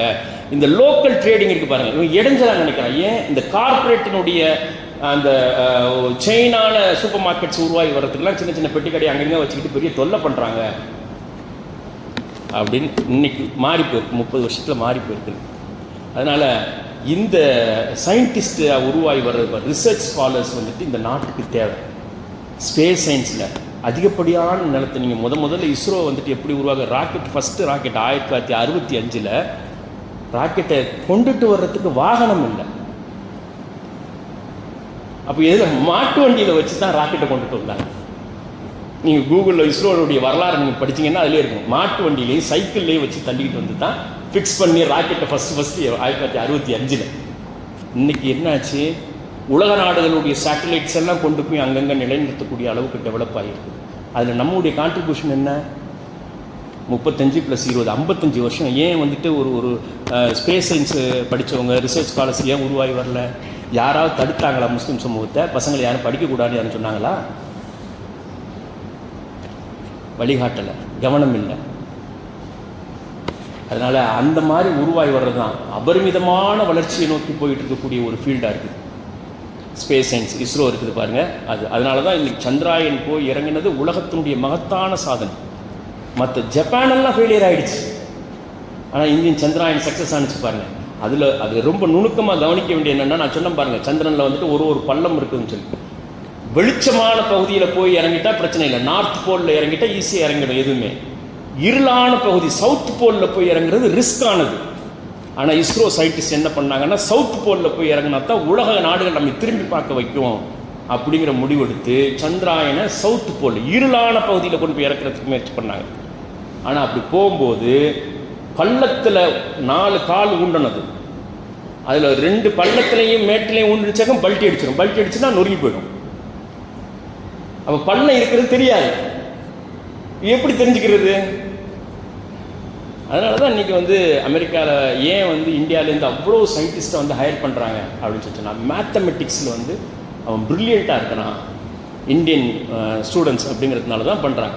அப்போ என்ன பண்ணாங்க, சந்திராயன் போய் இறங்குறதுக்கு ஒரு 20-25 செகண்ட்ஸுக்கு முன்னால் அது பள்ளமாக மேடாண்டு பார்க்கணும். ஆர்டிஃபிஷியல் இன்டெலிஜென்ஸை பயன்படுத்தி ஒரு செகண்டுக்கு 500 ஃபோட்டோ எடுக்கக்கூடிய கேமரா இருந்துச்சு சந்திராயனில். அந்த எடுத்த ஃபோட்டோ 20 செகண்டில் ப்ராசஸ் பண்ணி பள்ளமாக மேடாண்டு பார்க்கணும். நெருங்க ஃபோட்டோ எடுத்து பார்த்து பள்ளம்னு வந்துச்சு. ஒரு 5 அடி தள்ளி இறக்குனாங்க, சக்ஸஸ். ஜப்பான் அனுப்புனது பள்ளத்தில் விழுந்துருச்சு, ஃபெயிலியர் ஆயிடுச்சு. இதுதான் எக்ஸலண்ட். சரியா? அந்த நாலேஜ் எக்ஸலன்ஸ்னு சொல்லுவாங்க பாருங்கள், அது. அப்போ இது நமக்கு எந்த தடையும் கிடையாது. உங்கள் பிள்ளைகளை ஸ்பேஸ் சயின்டிஸ்ட்டாக உருவாக்குறதுக்கு, உங்கள் பிள்ளைகளை சாயில் சயின்டிஸ்ட்டாக உருவாக்கி எடுக்கிறதுக்கு. தஞ்சை மாவட்டம் பெரிய சிக்கலில் மாட்டிருக்கு. நிலத்தடி நீரெல்லாம் வீணாக போச்சு.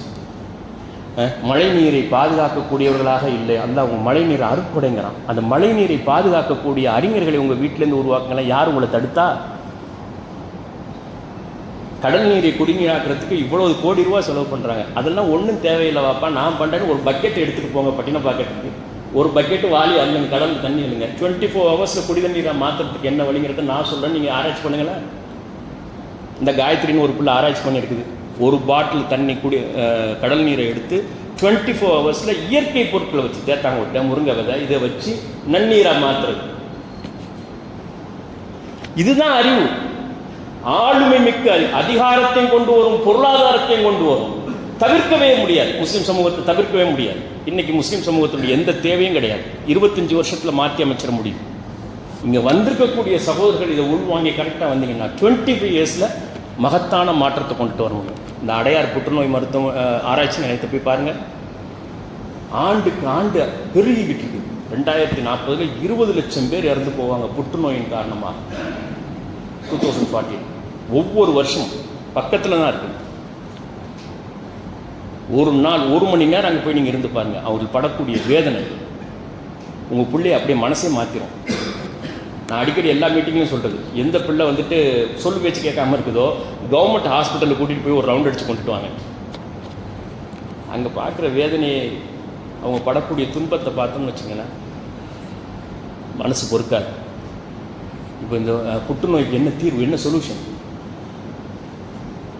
நான் எம்பிபிஎஸ் படிக்கணும், நீட் எக்ஸாம் எழுதணும், எம்பிபிஎஸ் படித்தா புற்றுநோய்க்கு சொல்யூஷன் கொடுத்துட முடியுமா? புற்றுநோய்க்கு மருந்தே கண்டுபிடிக்கக்கூடாதுன்னு இருக்காம பாருங்க, அவனுக்கு துணை செய்ய முடியும். அப்போ என்ன பண்ணுறது? மருந்து கண்டுபிடிக்கணும். மருத்துவர் ஆகிறது முக்கியம் அல்ல, அதெல்லாம் வேலை. அது இந்த அலோபதி மெடிசனில் தான் மருத்துவர் ஆகிறது கிடையாது. முஸ்லீம் ட்ரெடிஷன் என்ன? மருந்து கண்டுபிடிக்கிறது. அதுதான் நமக்கான கடமை.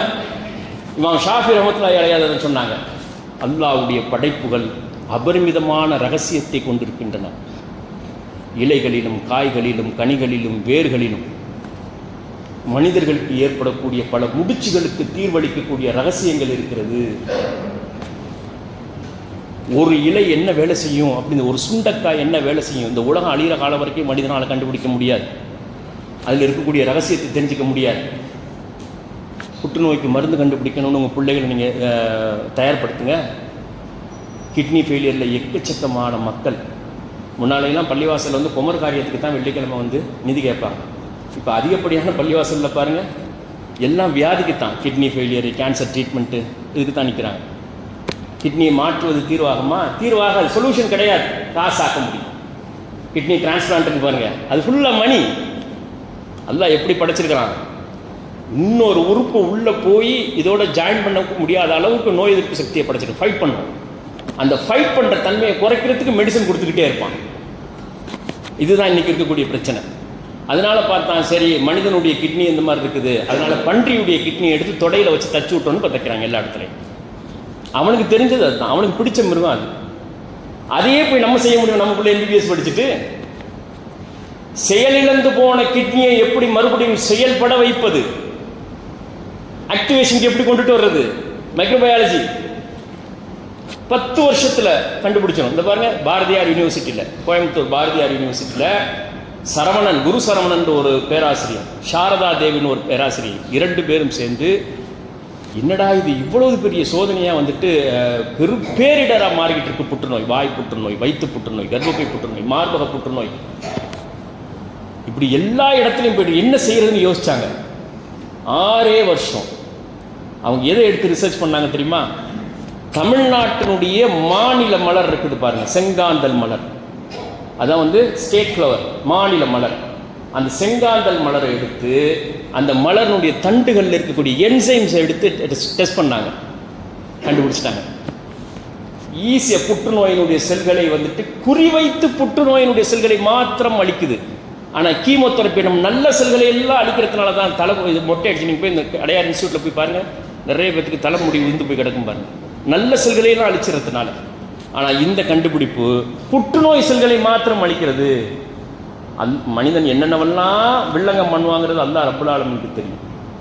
எந்தெந்த நேரத்தில் எதை வந்து கொண்டுட்டு அறிவை கொடுக்கணும் அப்படிங்கிறதும் அல்லாஹ் ரப்பல் ஆலமீனுக்கு தெரியும். அறிந்து கொள்ளுங்கள், ஆராய்ச்சி செய்து தெரிந்து கொள்ளுங்கள்.